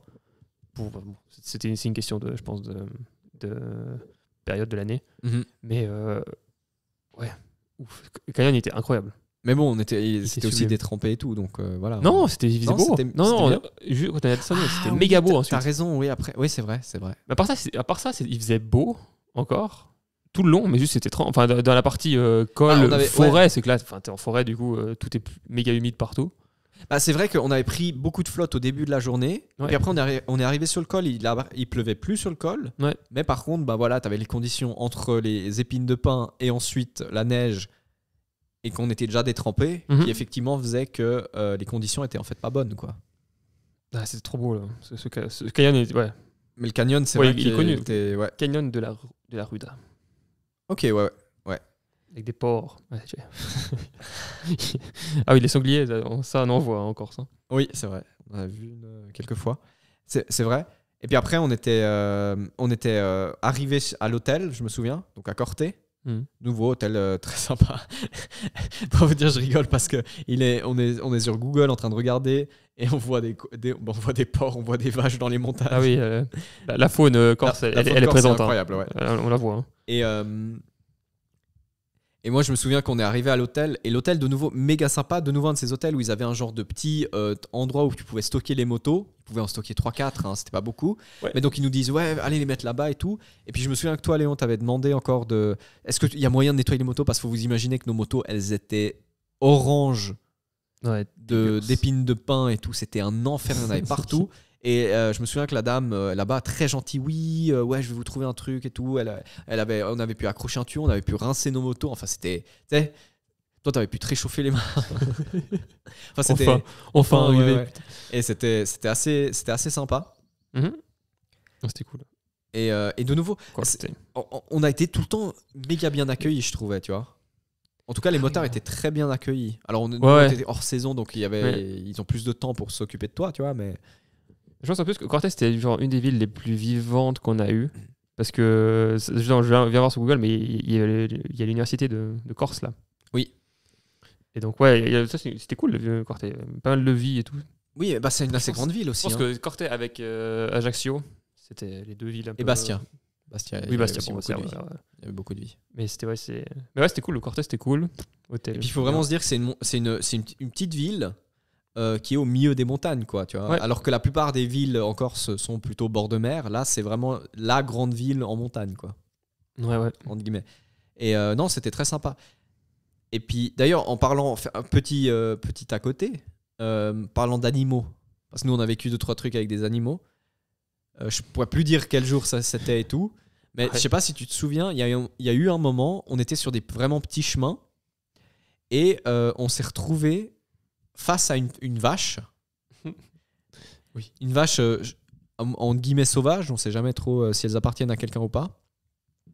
Et je me souviens que toi, tu t'étais arrêté, parce que t'étais devant, bah, tu faisais GPS, hein, pendant presque tout le road trip, tu faisais GPS. Tu t'étais arrêté face à la vache, mais genre on devait être à une 50aine de mètres. Je suis désolé, il y a le chat qui est en train de marcher sur la machine à podcast, donc c'est pas incroyable. Voilà. Tu t'étais arrêté et tu m'avais dit, franchement, t'as vu comme elle nous regarde, je suis sûr qu'elle va nous charger. Ah non, mais ouais. Et puis elle était vraiment sur la route, donc tu peux pas. C'est ça. Puis après, tu regardais ton plan et tu t'avais dit, ah mais attends, non, je me suis trompé, c'est pas ça la route. Donc on avait fait demi-tour. On était retourné sur la route un peu plus grosse et après tu avais fait, ah non, merde, c'était bien cette route-là. Ouais. Donc on a quand même dû passer à côté de la vachette et on est passé genre, bonjour madame. Prêt à se taper une grosse accélération. Ouais, et puis surtout quand t'es premier, taper la grosse accélération ça va, mais quand t'es deuxième, si la vachette elle charge le premier, t'es pas dans la merde. Au moins, ouais. Mais au moins, elle est pas focus sur toi, tu vois. Ouais, mais bon, tu fais quoi, toi? Tu peux tenter, l'autre côté, hop. Ouais, mais parce que la route, elle était vraiment fine. C'était la taille d'une voiture. Moi, avec mon semi-remorque en termes d'agilité, je peux pas faire demi-tour comme ça. Hein. Donc, ouais, c'était le petit truc. Bon, on a vu aussi des genres de sangliers, porcs. Ouais. On sait pas trop ce que c'était, un mélange des deux. En Corse, il faut faire gaffe parce que au moins de virages, de l'autre côté du virage, t'as peut-être une chèvre au milieu de la route ou un sanglier, un truc comme ça, c'est assez ouf. C'est vrai. Et on frayeur quand même. On a eu 2-3 fois aussi. On a aussi une fois une vache avec son petit. Et je sais qu'il existe quelque part une vidéo. Il y a un de nous deux qui filmait à ce moment-là. Il existe quelque part une vidéo. Je crois que c'est moi qui filmais. Et c'était très drôle parce que en fait, tu passes à côté de la vache et de son bébé. Ouais. Et est-ce qu'il y avait un bébé? Je suis plus sûr. En tout cas, tu passes à côté d'une vache qui était vraiment sur le chemin. Et la vache, elle fait un genre de mouvement. Et ça se voit que toi, tu te chies dessus parce que tu crois qu'elle te vise. Alors qu'en fait, elle a pris peur et elle a commencé à courir dans la même direction que toi. Ouais, mais c'est la même route que la vache au début, là. C'est possible. Oui, c'est possible. Parce qu'en fait, on était rentré là-bas. On était rentré dans un. Tu sais, c'était les chemins où tu passes et t'as les. C'est la route, t'as les bas. Comment on appelle ça? Je sais pas comment on appelle ça, mais c'est la voiture où elle passe, tu passes sur une espèce de grille, tu sais, pour pas que les vaches traversent cette grille. Oui, ouais. En fait, on était rentré dans un genre donc c'était un pré. Ouais, mais il était énorme alors. Hein. Ah oui, il était énorme. C'était une zone énorme. Oui, c'était énorme. Et donc cette vache qui commence à courir, toi qui flippe, qui met un coup de gaz. Moi derrière, je rigolais un petit peu parce que je voyais qu'en fait elle avait juste peur et qu'elle essayait juste de s'éloigner. Et puis toi, t'avais peur et t'essayais de t'éloigner aussi. Et les deux, vous alliez dans la même direction. C'était assez drôle. Bon après, toi, t'as mis un gros coup de gaz, donc t'as pris de l'avance, mais voilà. Mais avec les animaux, on n'a pas vécu énormément de trucs, mais quand même 2-3 petits. Ouais, c'était assez chill. Ouais. Quand t'es pas habitué à passer à côté de vaches, tu te méfies un peu, mais enfin bon, en Suisse, c'est pas l'endroit où on devrait être le moins habitué. Mais bon, c'est vrai qu'il y a quand même rarement des vaches sur la route, quoi. Ouais. Mais donc c'était assez sympa. Et est-ce que c'est après Corté qu'on s'est retrouvé dans ce petit village de montagne où il y avait genre un restaurant, un hôtel ouvert. Je dis ouvert, il y avait un peu plus de manière générale, mais il y avait un restaurant ouvert et un hôtel ouvert. Est-ce que c'est là où on nous a pris pour des gays? Ouais. Non. C'était pas là-bas? C'était après. Après après Corté, on est allé à Propriano. Ok. Retour au bord de mer. D'ailleurs, je pense que c'était là où on a vu le mec. À sa station-service. Ok, ouais, c'est possible. C'était là. Parce qu'en tout cas, c'était un Anglais, hein, on est d'accord. Un Australien. Australien? Oui. Ah ouais, c'était un Australien. Il faisait un énorme road trip. Ouais. Il avait des gants d'été, quoi. Et vu ce qu'on nous on a pris, on se disait, mais quel con. Il était vraiment pas équipé pour la saison. Il était pas du tout équipé. et il avait les mains qui étaient bleues. Bleu parce qu'en fait ses gants à force de prendre la pluie ils avaient des teintes sur ses mains. On a dû lui vendre la Corse comme un truc de fou pour lui. Et puis il débarque, tempête, pluie tout le temps. Ouais, après bon il débarque pire des moments, octobre, mais... voilà. C'est la vie, hein. Un peu comme nous, quoi, mais nous on était au moins un poil plus équipés, on se méfie un peu plus. On savait déjà. Bon, la tempête on l'a pas vu venir, mais... Ouais, la tempête non, mais de manière générale on avait quand même pris un peu de vêtements pour être au chaud. On se disait bon voilà. De toute façon on n'est jamais parti en road trip sans au moins un combi de pluie et tout, quoi. Ouais. Ça. Oui, ça c'est la règle de base, hein, la combi de pluie. En Suisse en tout cas. Ouais, mais tout le temps. La combi de pluie, c'est la règle numéro 1. Hein. Si tu te chopes une journée de pluie et que t'as pas la combi de pluie, tu meurs. Mais voilà. Ouais. Est-ce que c'était là-bas qui c'était Halloween? C'est possible. Ouais. Parce que moi, je me souviens. Tu vas regarder le planning. Ouais. 31 du 10. Ah bah voilà, tu vois. Donc Propriano, je m'en souviens pas enfin je m'en souviens bien parce qu'en fait la ville était un petit peu morte, hein. Ouais. On avait trouvé une pizzeria et c'était le soir d'Halloween. Et donc nous on était tranquillement en train de manger notre pizza sans mozzarella. Je me souviens de ça parce que ça m'avait choqué, elle était dégueulasse. Parce que elle était infâme. En France, vous avez, à certains endroits, vous avez cette tendance à faire des pizzas à je sais pas quel fromage au lieu de mettre de la mozzarella, et tu te retrouves à manger un truc où tu te dis mais qu'est-ce que je fais là? Mais bref. Ça paye 20 balles pour ça en plus. Ouais. Pour moi, je suis désolé. Hein, si un pizzaiolo nous écoute et que vous mettez pas de mozzarella, je suis désolé, mais pour moi, c'est un crime. Et je pense que les Italiens pensent la même chose. Donc voilà. Ouais. Mais et je me souviens qu'on mangeait dans ce restaurant qui était plutôt sympa. Il était assez plein, mais je pense que c'était parce que c'était un des seuls. C'était une ville, quoi. C'était quand même une petite ville, ouais. C'était une vraie ville, clairement. Ouais. Et il arrêtait pas d'y avoir. Plus la soirée avançait, plus il y avait des gamins qui se baladaient autour du resto parce qu'il était assez vitré. Tu voyais des gamins déguisés et tout. Alors bon, dans l'idée, tu trouves ça assez sympa, tu vois. Mais on a quand même eu 2-3 fois des sensations un peu bizarres. Ouais, quand tu vois des gamins avec des fourches et des couteaux et tu t'es pas sûr si c'est des vrais. Ouais, c'est ça. c'est ça. Tu te dis bon, qu'est-ce qui se passe qu'est-ce qui se passe ici? Et surtout, moi je me souviens quand on est rentré à l'hôtel, tu vois, il y avait un petit groupe de gosses, ils devaient avoir 15-16 ans quand même, hein, qui étaient dans la rue qu'on devait pas prendre. Et il y en avait un, il avait un harpon. Et je sais pas si c'était un vrai harpon ou un faux. Ils étaient vraiment armés, les gars. Les gars, ils étaient armés. Moi, quand j'ai fait Halloween en Suisse les quelques fois, c'était... t'étais déguisé. T'as un masque, quoi, et puis voilà, quoi. Voilà, mais si t'avais une gendarme ou une fourche, tu voyais que c'était un truc en plastique. Ici, il y en a 2-3, ils avaient des trucs, t'étais pas sûr. T'étais vraiment pas sûr. Et surtout, le gars avec son harpon, tu vois... Parce qu'autant je me disais, un type avec une fourche comme ça, s'il commence à nous courir dessus, tu piques le sprint de ta vie, tu vois. Et potentiellement, ça va le faire, tu vois. Mais le gars au harpon, il peut tirer si c'est un vrai, tu vois. Donc c'est une autre histoire, tu vois. Puis surtout que c'était des types, ils avaient les masques, très classiques, mais un peu ces masques de fantômes un peu... Ouais, c'est très classique. Mais mais quand c'est lié à un harpon, c'est moins rassurant, tu vois. Ouais, non mais oui... Donc, on se chie un peu dessus. On était à l'hôtel. On n'était pas rassurés, ouais, parce que les rues étaient sombres. Il y avait ces gosses qui traînaient. Ouais, c'était très vide. Les gosses qui traînaient. Enfin voilà. Putain, en Corse, quoi. Tu sais pas ce que ces gens font. Tu sais pas si. T'exagères un peu, mais oui. Non, mais le sang chaud, je sais pas. Oui, bah ça, oui, mais ouais, c'était juste un peu. Toute l'ambiance était spéciale. Ouais, ils étaient un peu tarés comme les gamins. Là. Bah en fait, c'était que. On avait vu les petits cortèges d'Halloween avec les enfants en bas âge, mais vu que là, il était bien plutôt 9h30, 10h, et ben, les enfants en bas âge et le moment bonne ambiance d'Halloween, il avait complètement disparu. Et donc, tu n'avais plus que des jeunes qui traînaient dans les rues. Ouais. Tu n'étais jamais sûr, comme je dis, on n'était jamais sûr s'ils étaient armés ou pas. Et tu te dis, bon, c'est moins sympa. Et surtout, ouais, voilà. Le restaurant dans lequel on était, il y avait pas mal de monde, tu vois.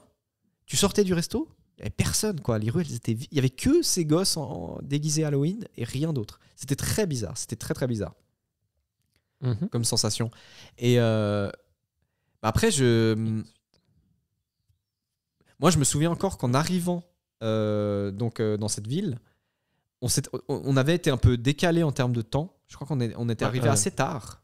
Méga tard. Et on s'était retrouvé à devoir descendre le dernier bout de route, qui était aussi une très belle route, qui amenait à cette ville, de nuit. Et je me souviens qu'on s'était fait quelques frayeurs parce qu'on rentrait un petit peu fort dans les virages. Parce que pour le coup, c'était sec. Mais on savait pas où était la fin du virage. À chaque fois, Et puis parce que devant, il y avait un mec qui avait une visière teintée. Oui. Et il pleuvait. Mais il pleuvait pas à ce moment-là. Il pleuvait. Je n'avais pas à ouvrir la visière. J'avais l'eau qui rentrait et puis c'était horrible. Ok. Je croyais qu'il pleuvait pas. Je me chiais dessus là. Voilà, tous les virages. Mais moi aussi j'avais la visière sombre, non? Ou j'avais pas encore? Non, t'as raison. Non, t'as pas encore. Non, mais là tu découvres pourquoi en Suisse, tu vois l'utilité des poteaux qui sont avec le petit truc réfléchissant là. Ouais. Rien que ça permet de limiter la route parce que là t'étais vraiment dans le noir. Ouais. Je voyais rien moi. Et moi, il y a un moment, toi t'as planté les freins. Moi j'arrivais à pleine balle derrière. Enfin pleine balle. On roulait quand même sécuritaire, mais vu que on était dans des conditions un peu extrêmes, on flippait de tout. Et je me souviens que c'est la première fois que j'ai tellement freiné fort et rétrogradé. Non, c'était par erreur. C'était même pas parce que tu freinais. C'est juste que j'ai fait une erreur de manip et j'ai rétrogradé trop. Ouais. Et j'ai ma moto. Alors, c'est le début de ce qu'on appelle une banane. C'est-à-dire que le moment où tu as la roue avant, elle s'arrête. Franchement, parce que y a le frein moteur qui se met méga fort en marche. Donc, tu as l'avant de la moto qui se ralentit très fortement. Et tu as la roue arrière, elle, qui est toujours très lancée. Et qui a, gentiment envie de passer devant. Et c'est comme, en fait, ce que j'avais fait, c'était ce qu'il faut faire pour lancer un drift. Sauf que je voulais pas lancer de drift. T'allais en full MotoGP dans le virage. J'étais full MotoGP, mais alors heureusement, j'ai pas glissé, mais j'ai vraiment senti que c'était le départ, tu vois. C'était comme c'est ce qu'il fallait faire pour partir dans un drift. Heureusement, c'est pas aller plus loin et que voilà. Mais je me souviens, l'arrière, il avait secoué. Je m'étais chié dessus aussi à ce moment-là. De toute façon, avec le traction control, généralement, il te coupe les gaz. Oui, bien sûr. Il avait géré le truc, mais j'ai l'arrière de la moto, elle a quand même valdingué un petit peu. Et en plus, en ayant toi qui te chiait dessus devant, tu voyais rien et tout. Enfin, les conditions, elles étaient nulles. Alors que la route était vraiment sympa. Moi, j'avais un souvenir qu'elle était très sympa, mais nouveau. C'était déjà le 3-4e fois qu'on avait des routes très sympas avec des conditions pas bonnes. Donc, mais de toute façon, en vrai, il n'y a jamais eu de mauvaises routes. Encore, genre.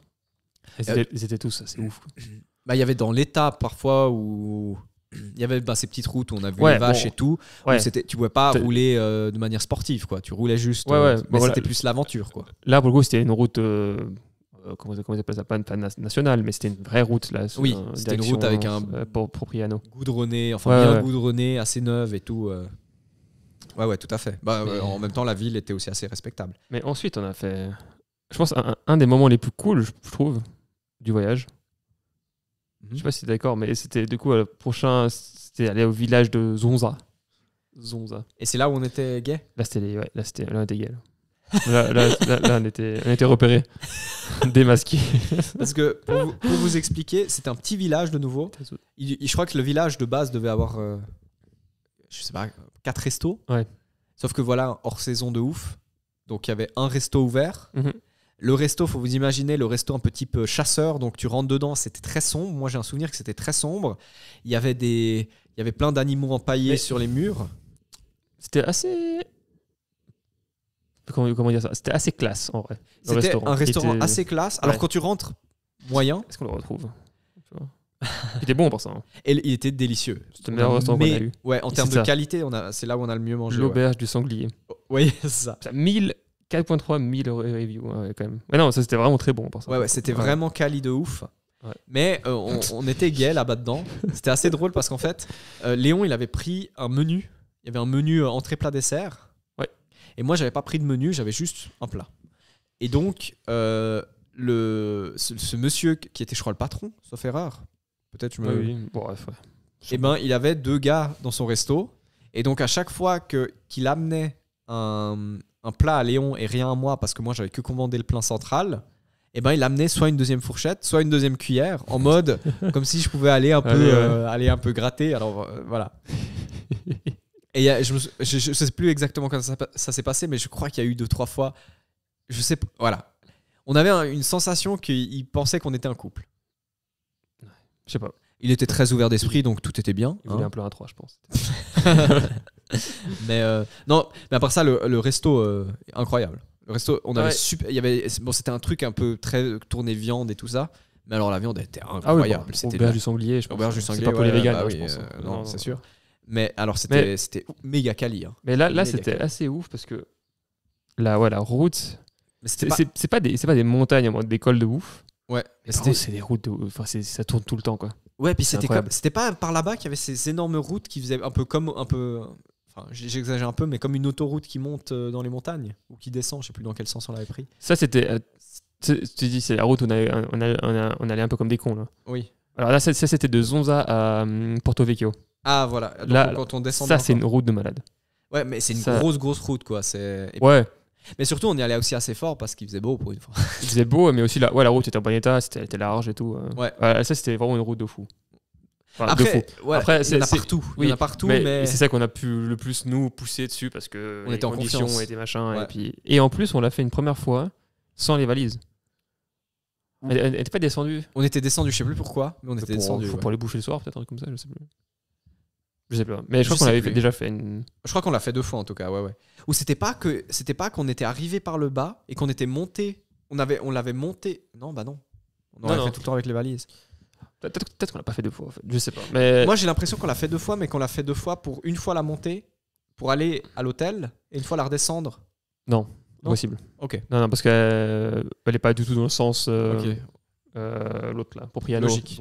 Par contre, peut-être qu'on l'a fait de manière. Enfin, peut-être on n'est pas allé juste aller rouler en fait, pour le fun, et puis on l'a fait genre un bout. Pas tout, mais un bout. C'est possible. Et le lendemain, en fait, sans savoir, on l'a reprise parce que c'était la route direction la prochaine. C'est possible. La prochaine ville. Surtout qu'il faisait. Pour une fois, faut vous imaginer que là, on avait eu plusieurs jours où il pleuvait assez fort régulièrement. Et que là, à ce moment-là, il faisait plutôt beau en fait. Voilà, il avait des bonnes conditions. Il faisait de nouveau un bon 20 degrés et tout. Donc c'était très, très, très, très cool. Ouais. Ah ouais, non, route Zonza Porto Vecchio. Ça, c'est cool. Et ouais. Ensuite, c'était quoi? On a Damia Zonza. On est à Porto Vecchio. Ah non. What? Zonza Bastia? Ouais, et puis après, c'était le dernier bout, ouais. Ah oui, mais on a fait un méga truc à la fin. Parce qu'en fait, on a voulu visiter plus, voir plus de la Corse. Enfin, voir en fait plutôt le sud qu'on n'a pas visiblement. On n'a pas trop visité. On n'a pas eu d'hôtel pour là. Parce que du coup, Porto Vecchio, c'est aussi cool. C'est un peu, un peu genre Bastia. Ouais. Et c'est aussi tout le bas. Il y a aussi Bonifacio qui est là en bas. Est-ce qu'on était descendu à Bonifacio une fois? Ouais. On a visité tu sais, il y avait je sais pas si c'est la ville elle-même, mais il y a un énorme château, mais genre une espèce de, tu sais, ouais, c'est un château, je crois. Je sais pas si la ville c'est le château. Un fort, ouais, ok. Ouais, voilà, un fort, ouais. Et ça, c'était assez cool. Oui, c'est vrai. Et c'est peut-être pour ça qu'on était descendu une fois sans les valises. Hein. C'est possible. On avait les valises là. On avait les valises? Ouais, oui, clair. Bah oui, on n'aurait pas fait ça sans les valises parce que c'était trop. Ok. C'est trop loin. Mais bon, je me souviens qu'on a fait Porto Vecchio et Bonifacio aussi, genre une ligne droite. Alors je la vois vraiment là. Là, on a tracé comme des cons.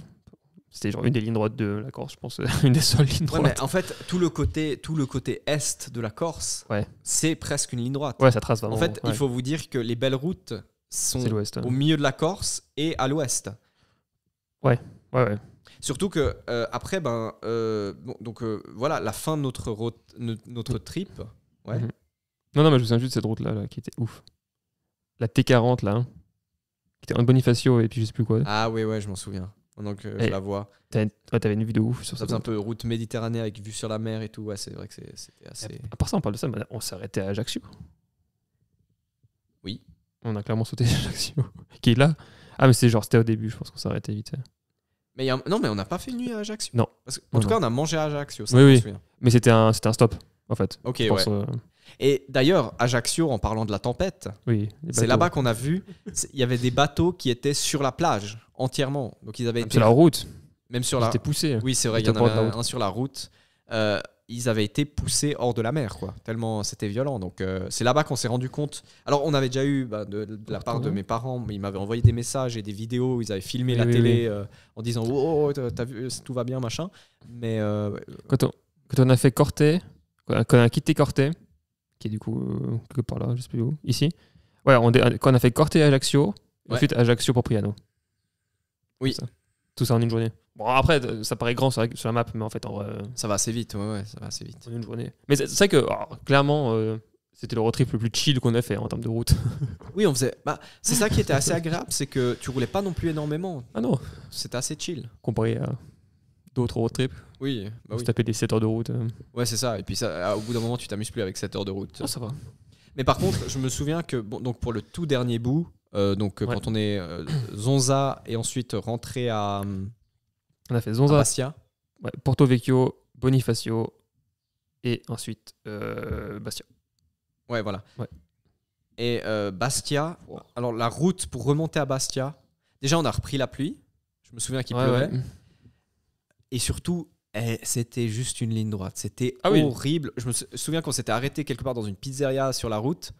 Mais c'était horrible. Mais par contre, je crois qu'en dessous de Bastia, c'est un des endroits où il y a la seule autoroute de Corse. Tout d'un coup, tu arrives sur une genre d'autoroute, alors tu es content parce que tu peux un peu accélérer et faire passer le temps un peu plus vite. Mais c'est quand même assez ouf de voir comme en fait c'était un peu décevant pour finir le trip, quoi, tu vois. Je sais pas. En vrai, c'était content de pouvoir tracer, tu vois. Parce qu'au moins, tu sais que depuis genre le sud jusqu'à Bastia, t'as quand même presque. C'est une autoroute, je pense, d'ailleurs. Pas tout le temps, non. Pas tout le temps, mais au début. C'est une ligne droite où ça trace, t'y vas. Et parce que si tu dois te taper les routes que tu fais plutôt à l'ouest pour remonter et que tu tapes genre 5 heures de route, non, c'est vrai. C'est un peu moins fun. Et tu te souviens à Bastia, parce qu'on a eu notre dernière nuit à Bastia, avant de reprendre le ferry. Et on était arrivé, je crois, assez tôt, nouveau à Bastia, début d'après-midi, je pense. Et le ferry, le lendemain, je crois qu'on l'avait l'après-midi, non ? On l'avait... Ou en début de soirée. Non, il devait être à 17h ou comme ça. Ouais, c'était le soir, ouais. Et je crois que ça a été le seul jour où on a vraiment visité. Est-ce qu'on a fait de la moto le dernier jour ? Je crois pas. Hein. Je crois même pas, non.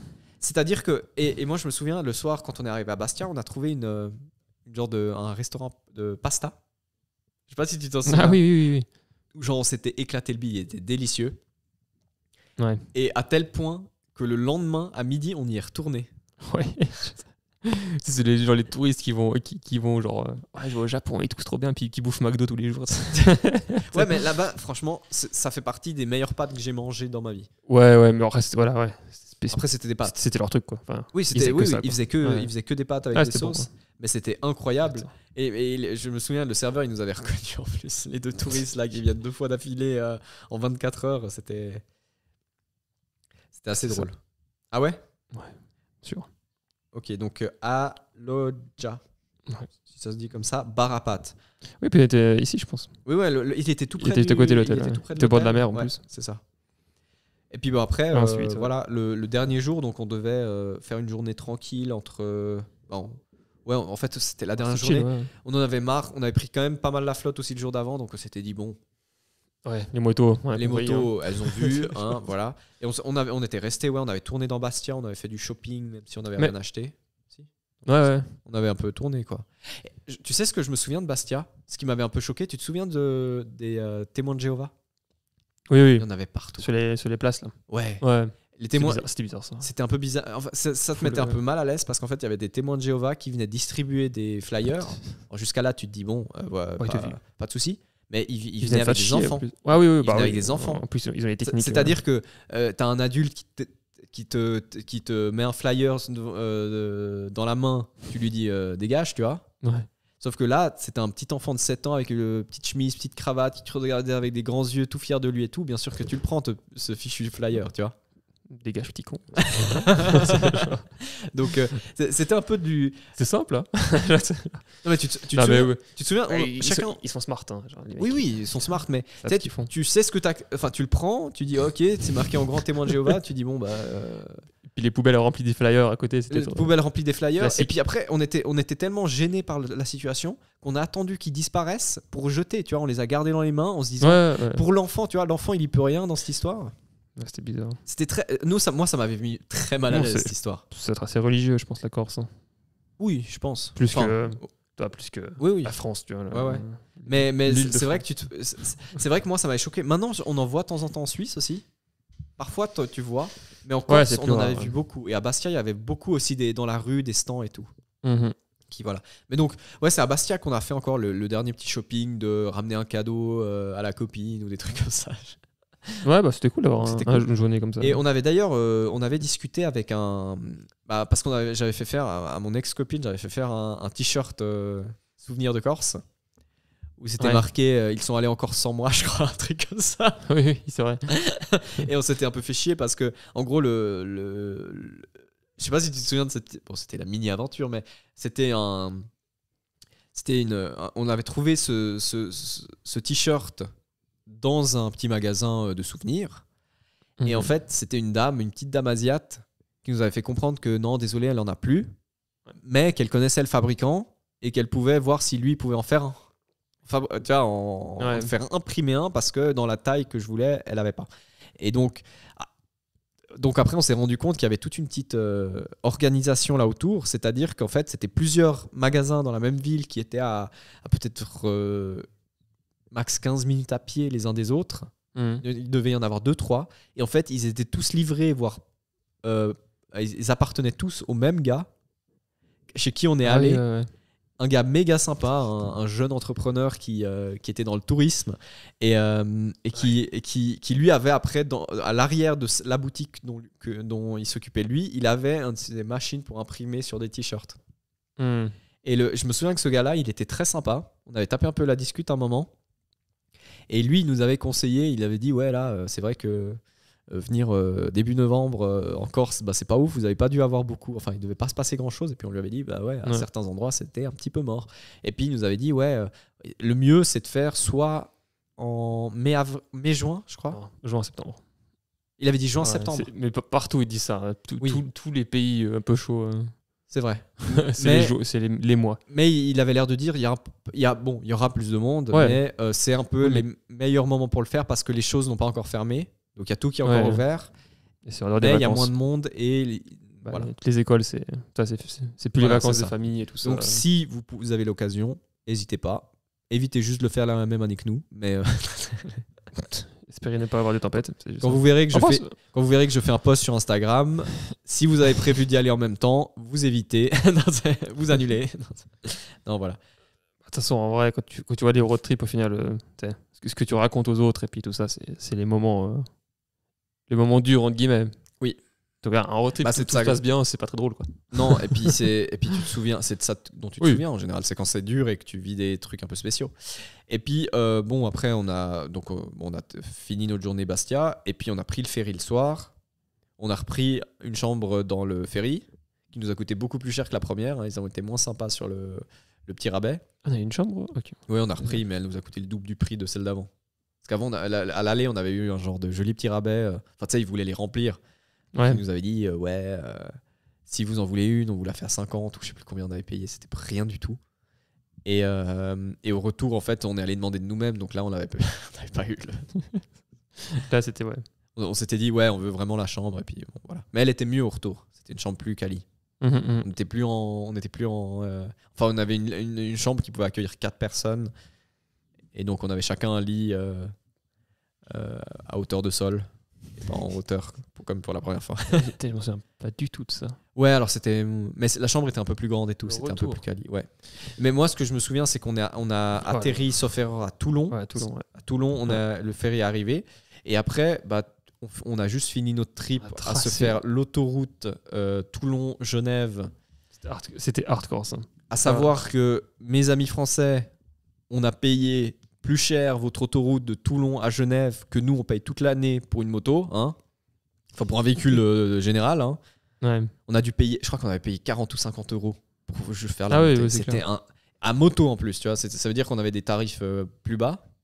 En plus, c'était notre premier road trip. C'était notre premier road trip qui se passait un moment en France. On ne savait pas comment marchaient les péages. Hein, parce que moi, avant ça, j'avais jamais fait des péages en étant conducteur, tu vois. Et au pire, j'étais en voiture et tu te souviens le tout premier péage ? On arrive, on se rentre dans un truc. Je crois qu'on était entré dans un truc de paiement automatique. Ou je sais plus. Non, je pense pas. Ou non ? Un truc. Peut-être pas paiement automatique, mais en tout cas, on s'était fait engueuler par la personne. Ouais. Parce qu'en fait, on avait appris sur le moment qu'il faut toujours aller tout à droite quand t'es une moto. Tout à droite du péage. Ouais, il y avait une règle comme ça. Ouais. Et puis il nous avait dit oui, parce qu'on s'était fait klaxonner 2-3 fois en plus, je crois. Et il nous avait dit oui, il faut toujours aller à droite quand t'es une moto. Parce que c'est je crois que quand c'est ces gros péages, c'est ceux qui sont le plus à droite où voilà, tu gênes le moins de monde et c'est plutôt pensé comme ça. Et parce que voilà. Et franchement, le péage à moto, mais quelle connerie! Oh, le vieux ticket que tu dois trouver un endroit où tu dois le mettre, où il reste un minimum en bon état. Oh là là, mais quel enfer! Non, faut prendre le truc là, automatique. Là. Oui, ça, mais... Ouais, mais même sur une moto, c'est un peu galère, tu vois. Enfin, après, tu le mets dans une poche et tu dois. Je sais pas. Je sais pas comment ça marche, cette moto. Alors, sur une voiture, tu le colles au pare-brise, tu vois. Ouais. Après, sous la bulle. Si t'as une bulle. Ouais, mais après, faut que ça colle, tu vois, faut que ça tienne, tu vois. Parce que si tu le colles à l'intérieur de ton pare-brise et qu'il tombe, c'est pas très grave. Par contre, si tu le colles sur ta moto et qu'il tombe, c'est une autre histoire, tu vois. Tu le retrouves plus après, tu vois. Donc, c'est pas non plus sous le casque. Sur le casque, tout en haut. Mais Roten. Mais je pense il doit sûrement maintenant exister des systèmes que tu peux mettre dans une poche ou comme ça et qui marchent de la même façon, tu vois. Ou peut-être un bracelet, tu sais, que tu mets autour du poignet, je sais pas. Mais bref. Enlever ces péages. Faites comme nous, faites une vignette. Faites une vignette. Truc de merde, ces péages. Mais ouais, non, qu'est-ce qu'on s'était embêté. Et c'était long, hein, la remontée. C'était 5 heures. 5 heures, c'était. Sans arrêt. Oh là là. Ouais. Donc, mais bon, on voulait bombarder quand on voulait rentrer. Et parce qu'en plus, dès que tu quittais le sud, il faisait de moins en moins chaud. Toi, tu crevais méga chaud au début. Ouais, alors Toulon au sud, je crois qu'il faisait bon. Mais enfin, méga chaud. Bon. Mec, on est en novembre, je te rappelle. Je crois qu'il y avait méga. Je sais plus. Mais il pouvait faire en tout cas 20-25 degrés. Mais sur la fin, il faisait. Ouais, ok. En Corse, on n'a pas eu plus de 25 degrés. Hein. Non, mais c'est ces jours de fin octobre, début novembre, un peu aléatoire où il fait genre 30 degrés. Ça. Ouais. Non, je vois ce que tu veux dire. Je sais plus si c'était. Mais en tout cas, ouais, au début, il faisait assez chaud. Et puis après, on a bombardé. À la fin, t'es content de rentrer. Pour moi, c'est vraiment le meilleur road trip qu'on ait fait parce qu'on a vécu plein de trucs de fou. Mais à la fin, t'es content d'entrer. Hein, parce que t'es. Ouais. Bon, c'est fatigant. Après, c'était le trip à moto. C'était le plus spécial, en gros. Parce que, les autres, on les a fait en Suisse. Oui, c'était. Avec des sauts en Italie et puis tout ça, mais. Ouais. Mais quand même. C'est le plus des paysans, disons. Oui, et puis il y avait le côté ferry, il y avait le côté. Oui, et puis c'était vraiment un climat différent. Il y avait le côté tempête. Ça, j'en aurais pu s'en passer. Parce qu'on en a pris des tempêtes aussi en Suisse. Ouais. Quelquefois. Mais c'est des trucs, c'est plus des tempêtes, genre une tempête de grêle. On les connaît, c'est fini. On est habitué à celle-ci. C'est ça. Alors que là c'était un tout autre monde. Donc voilà. Mais en tout cas, ouais. Toi, t'en avais retenu, je pense, un plutôt bon souvenir comme moi de ce road trip. Ou bien. Bon souvenir. Ouais. Je sais pas. Toi, parce que moi, c'est vraiment un trip qui m'a marqué, tu vois. Ah ouais. C'est le trip qui m'a le plus marqué. Parce que des autres road trips, j'ai des souvenirs, j'ai plusieurs souvenirs qui me reviennent, tu vois, et qui me restent en tête. Mais celui-ci, ce road trip en Corse, c'est vraiment celui qui m'a le plus marqué. Parce que voilà, il y a eu tellement de trucs. Alors, côté des paysans, le ferry, la tempête, les routes de fou. Enfin, tu vois. C'était le plus mouvementé, quoi. Ouais. Mais par contre, même si on a bien fait les années d'après. Après, c'était aussi celui qui était le plus. Je sais pas, le mieux préparé aussi, dans guillemets. Genre, déjà, c'était le plus long. Le plus long ? Ah oui, large. Ah ouais ? Ah oui, d'après, c'était 9 jours en tout. Ouais, c'est vrai. Ouais. Les autres, c'était toujours genre 5 jours max. Oui. Et puis là, du coup, on était plus en mode tracé, et genre tracer le plus vite possible pour aller vers les belles routes. Ouais. En Suisse. Et puis. Non, c'est vrai. Je pense que c'est celui qui était des paysans, le plus vacances au final aussi. Ouais. Parce que c'est plage, mer, c'est pas la Suisse. Quoi. Même si on s'est pas baigné. non. Il faisait froid, on a tenté, mais on a mis le pied. Il était là, non. C'est bon. Les motos, c'est bon et bien. La route. Ah, la pluie, ça suit déjà. Mais non, ouais. C'est difficile de. Je sais pas si je pourrais dire que c'est mieux que les autres road trips, mais. Non, alors la Corse, elle est connue quoi, la Corse, pour ça. C'est vrai qu'elle est ouf. Je pense pas qu'il y a une question de mieux ou moins bien, tu vois, mais c'est juste que voilà, c'est celui qui m'a laissé un souvenir. Et autant je conseille à tout le monde de se faire un ou plusieurs road trips en Suisse parce qu'on a des routes de fou furieux. Ouais. Autant la Corse, c'est vraiment ce qui est assez cool au niveau de la Corse, c'est qu'en fait, tu es sur ton île, tu fais ton tour de l'île et théoriquement, tu as vu la plupart des choses qu'il y a à voir, en tout cas en termes de belles routes. Alors qu'en Suisse, tu as l'impression que tu as vu les grosses routes qui t'ont été conseillées et que potentiellement, tu es passé à côté de 2-3 trucs. Alors que la Corse, vraiment, c'est plus. Puis aussi, en Suisse, on a aussi plus ce truc de tu as des routes qui vont descendre en Italie. Donc parfois, tu descends en Italie pour remonter après et tout. Donc c'est moins. Voilà. La Corse, tu as vraiment l'impression de suivre un tracé. Tu fais une boucle et la boucle, elle est propre, quoi, tu vois. Bon, on a ces sentiments parce qu'on avait une boucle faite pour nous, quoi. Genre, on avait un plan et puis. Naturellement, tu fais une jolie boucle. Je sais pas si tu te souviens. Ouais. Un de nos 2 road trips suisses, on est allé jusqu'au Grison, donc toutes les belles routes. Ouais. Et après, on s'est retrouvé au Grison. Il fallait rentrer et on s'est fait 4 heures d'autoroute suisse en canicule. Et c'est horrible, tu vois. Ouais, mais. Je sais pas, dans un sens, au moins t'es vite aux belles routes, tu peux t'amuser, et puis au retour, tu te fais chier une demi-journée. Tu vois. Ouais, mais là, on avait souffert. Hein. Ce truc-là, on avait souffert. Canicule et tout, c'était. Oh là, c'était horrible. Mais en fait, au final, je pense aussi qu'il y a un petit peu un sens de. Je pense ce serait presque mieux d'avoir fait d'autres road trips avant. Comme ça, tu fais un peu les fautes et les trucs que tu fais dans les road trips, tu les fais dans des trucs un peu moins importants. Ouais. Genre, un road trip de un week-end, genre 4 jours en Suisse. Oui. Et que, en fait, tu t'en fous. Genre, t'as pas besoin d'être préparé plus que ça en Suisse. T'as un problème, t'as le TCS. Voilà. Oui, alors, à ce niveau-là. Et même comme ça, t'es prêt. Si t'apprends un petit peu ce que c'est que le road trip en moto, entre guillemets. Mm-hmm.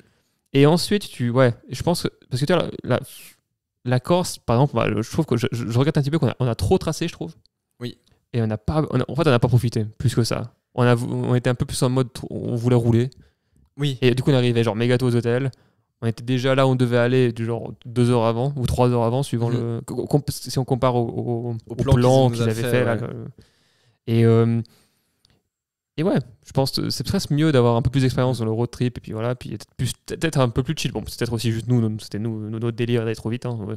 Pas tout le monde est comme ça. On était vraiment c'était vraiment dans cette période où on roulait beaucoup tous les deux. Tous les week-ends on roulait, on faisait des kills. Donc on était quand même dans ce mode de faut rouler quoi. Et il y a quand même, il faut quand même se dire que la moitié du road trip en Corse là. À chaque fois on se prenait au moins une grosse rincée à un moment dans la journée. Oui, donc tu vois après, les conditions ça te démotive un peu, tu vois. T'as envie d'arriver quelque part, poser tes affaires, machin, parce que même si t'es sur des belles routes et tout, quand tu te prends une rincée, tu prends pas trop de plaisir quoi. Non c'est vrai, mais ouais. Parce que je pense qu'il y a plusieurs fois des très beaux paysages, on est complètement passé à côté parce que c'est clair. Rincer, mais justement, alors voilà, le plan du agence de voyage qui te font ton truc tout pour toi, c'est cool dans le sens où vraiment, tu t'en as un peu rien à foutre, tu juste suis ce qui a été fait. Mais moi, ce que j'aime bien dans les autres types qu'on a pu faire en Suisse du coup, c'est qu'en vrai tu te perds un peu, t'es un peu en mode aujourd'hui on va là, et puis toi, si t'as plus de temps ou t'as une route qui t'intéresse, t'y vas. Ouais. Et puis parce que t'es un peu moins dans cette optique que voilà, t'as un hôtel, et puis dans 2 jours il faut que tu sois là, dans 3 jours il faut que tu sois là. Peut-être t'as pas forcément un truc à suivre.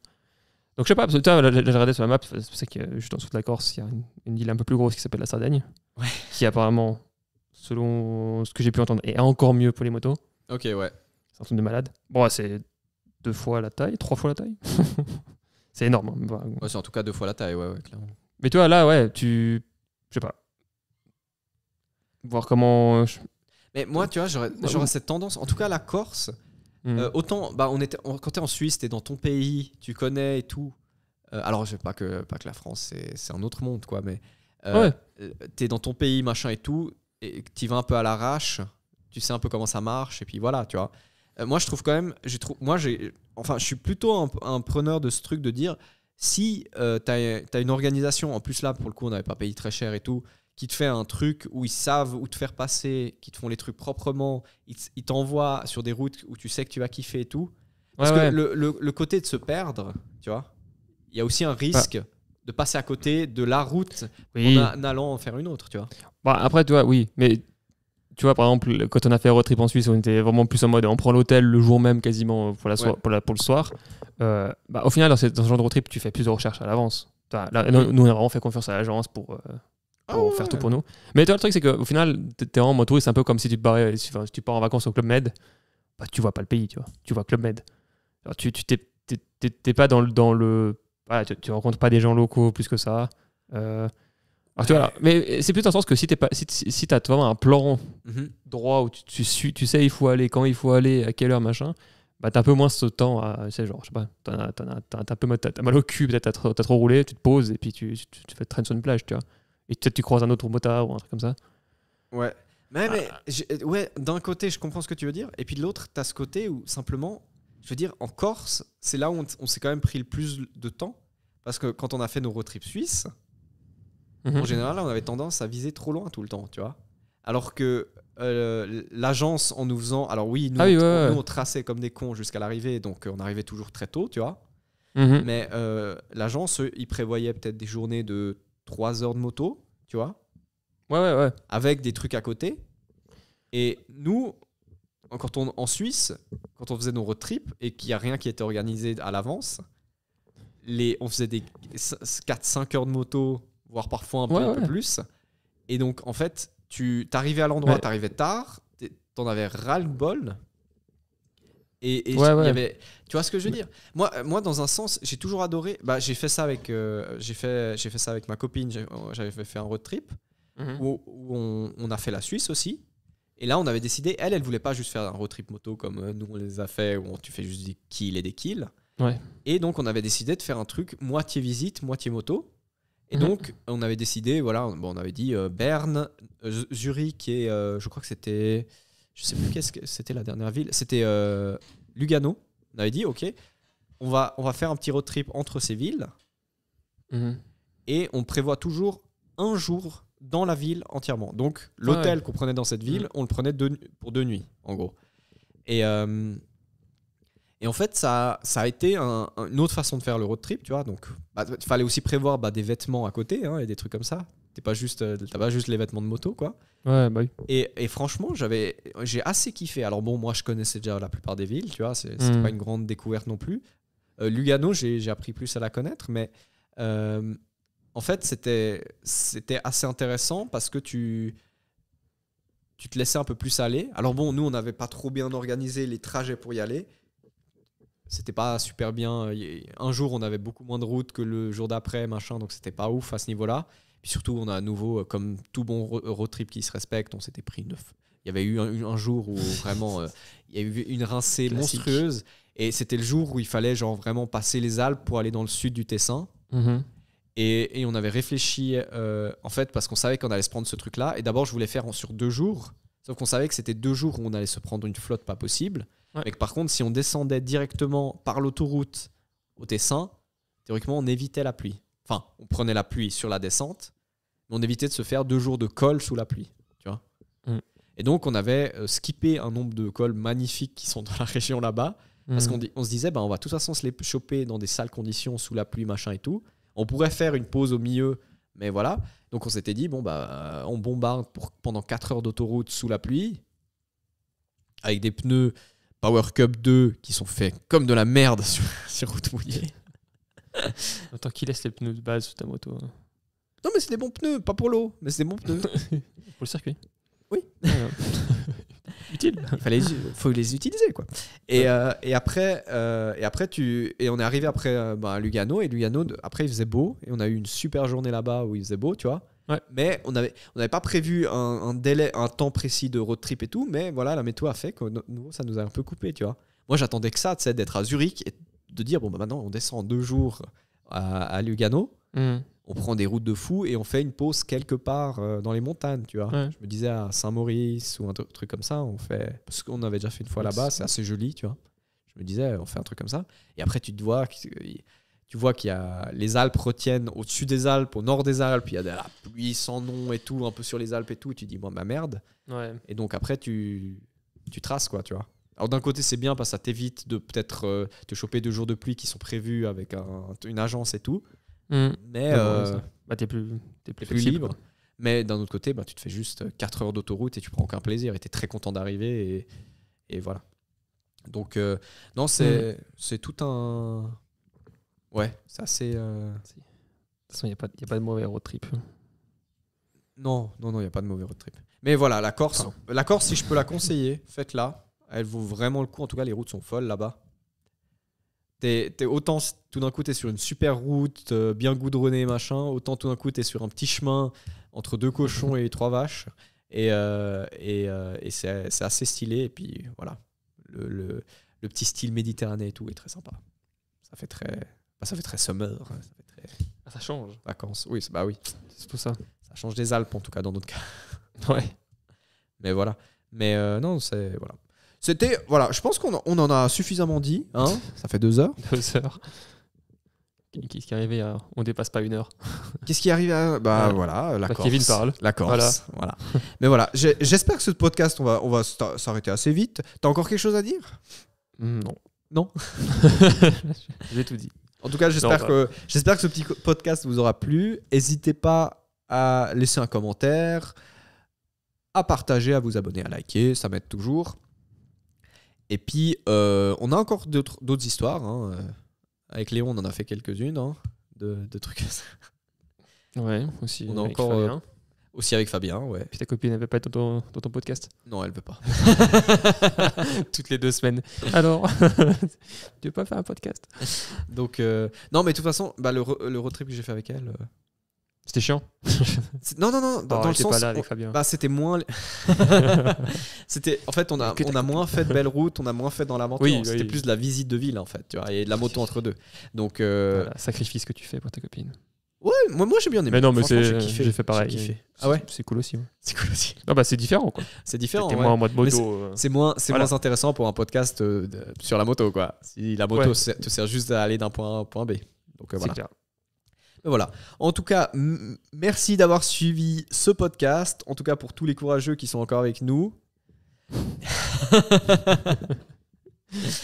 Et puis, sur ce, je vous souhaite une excellente, je ne sais pas, fin de journée. Je ne sais pas quand vous regardez ça. Et puis, je vous dis ciao. Ciao.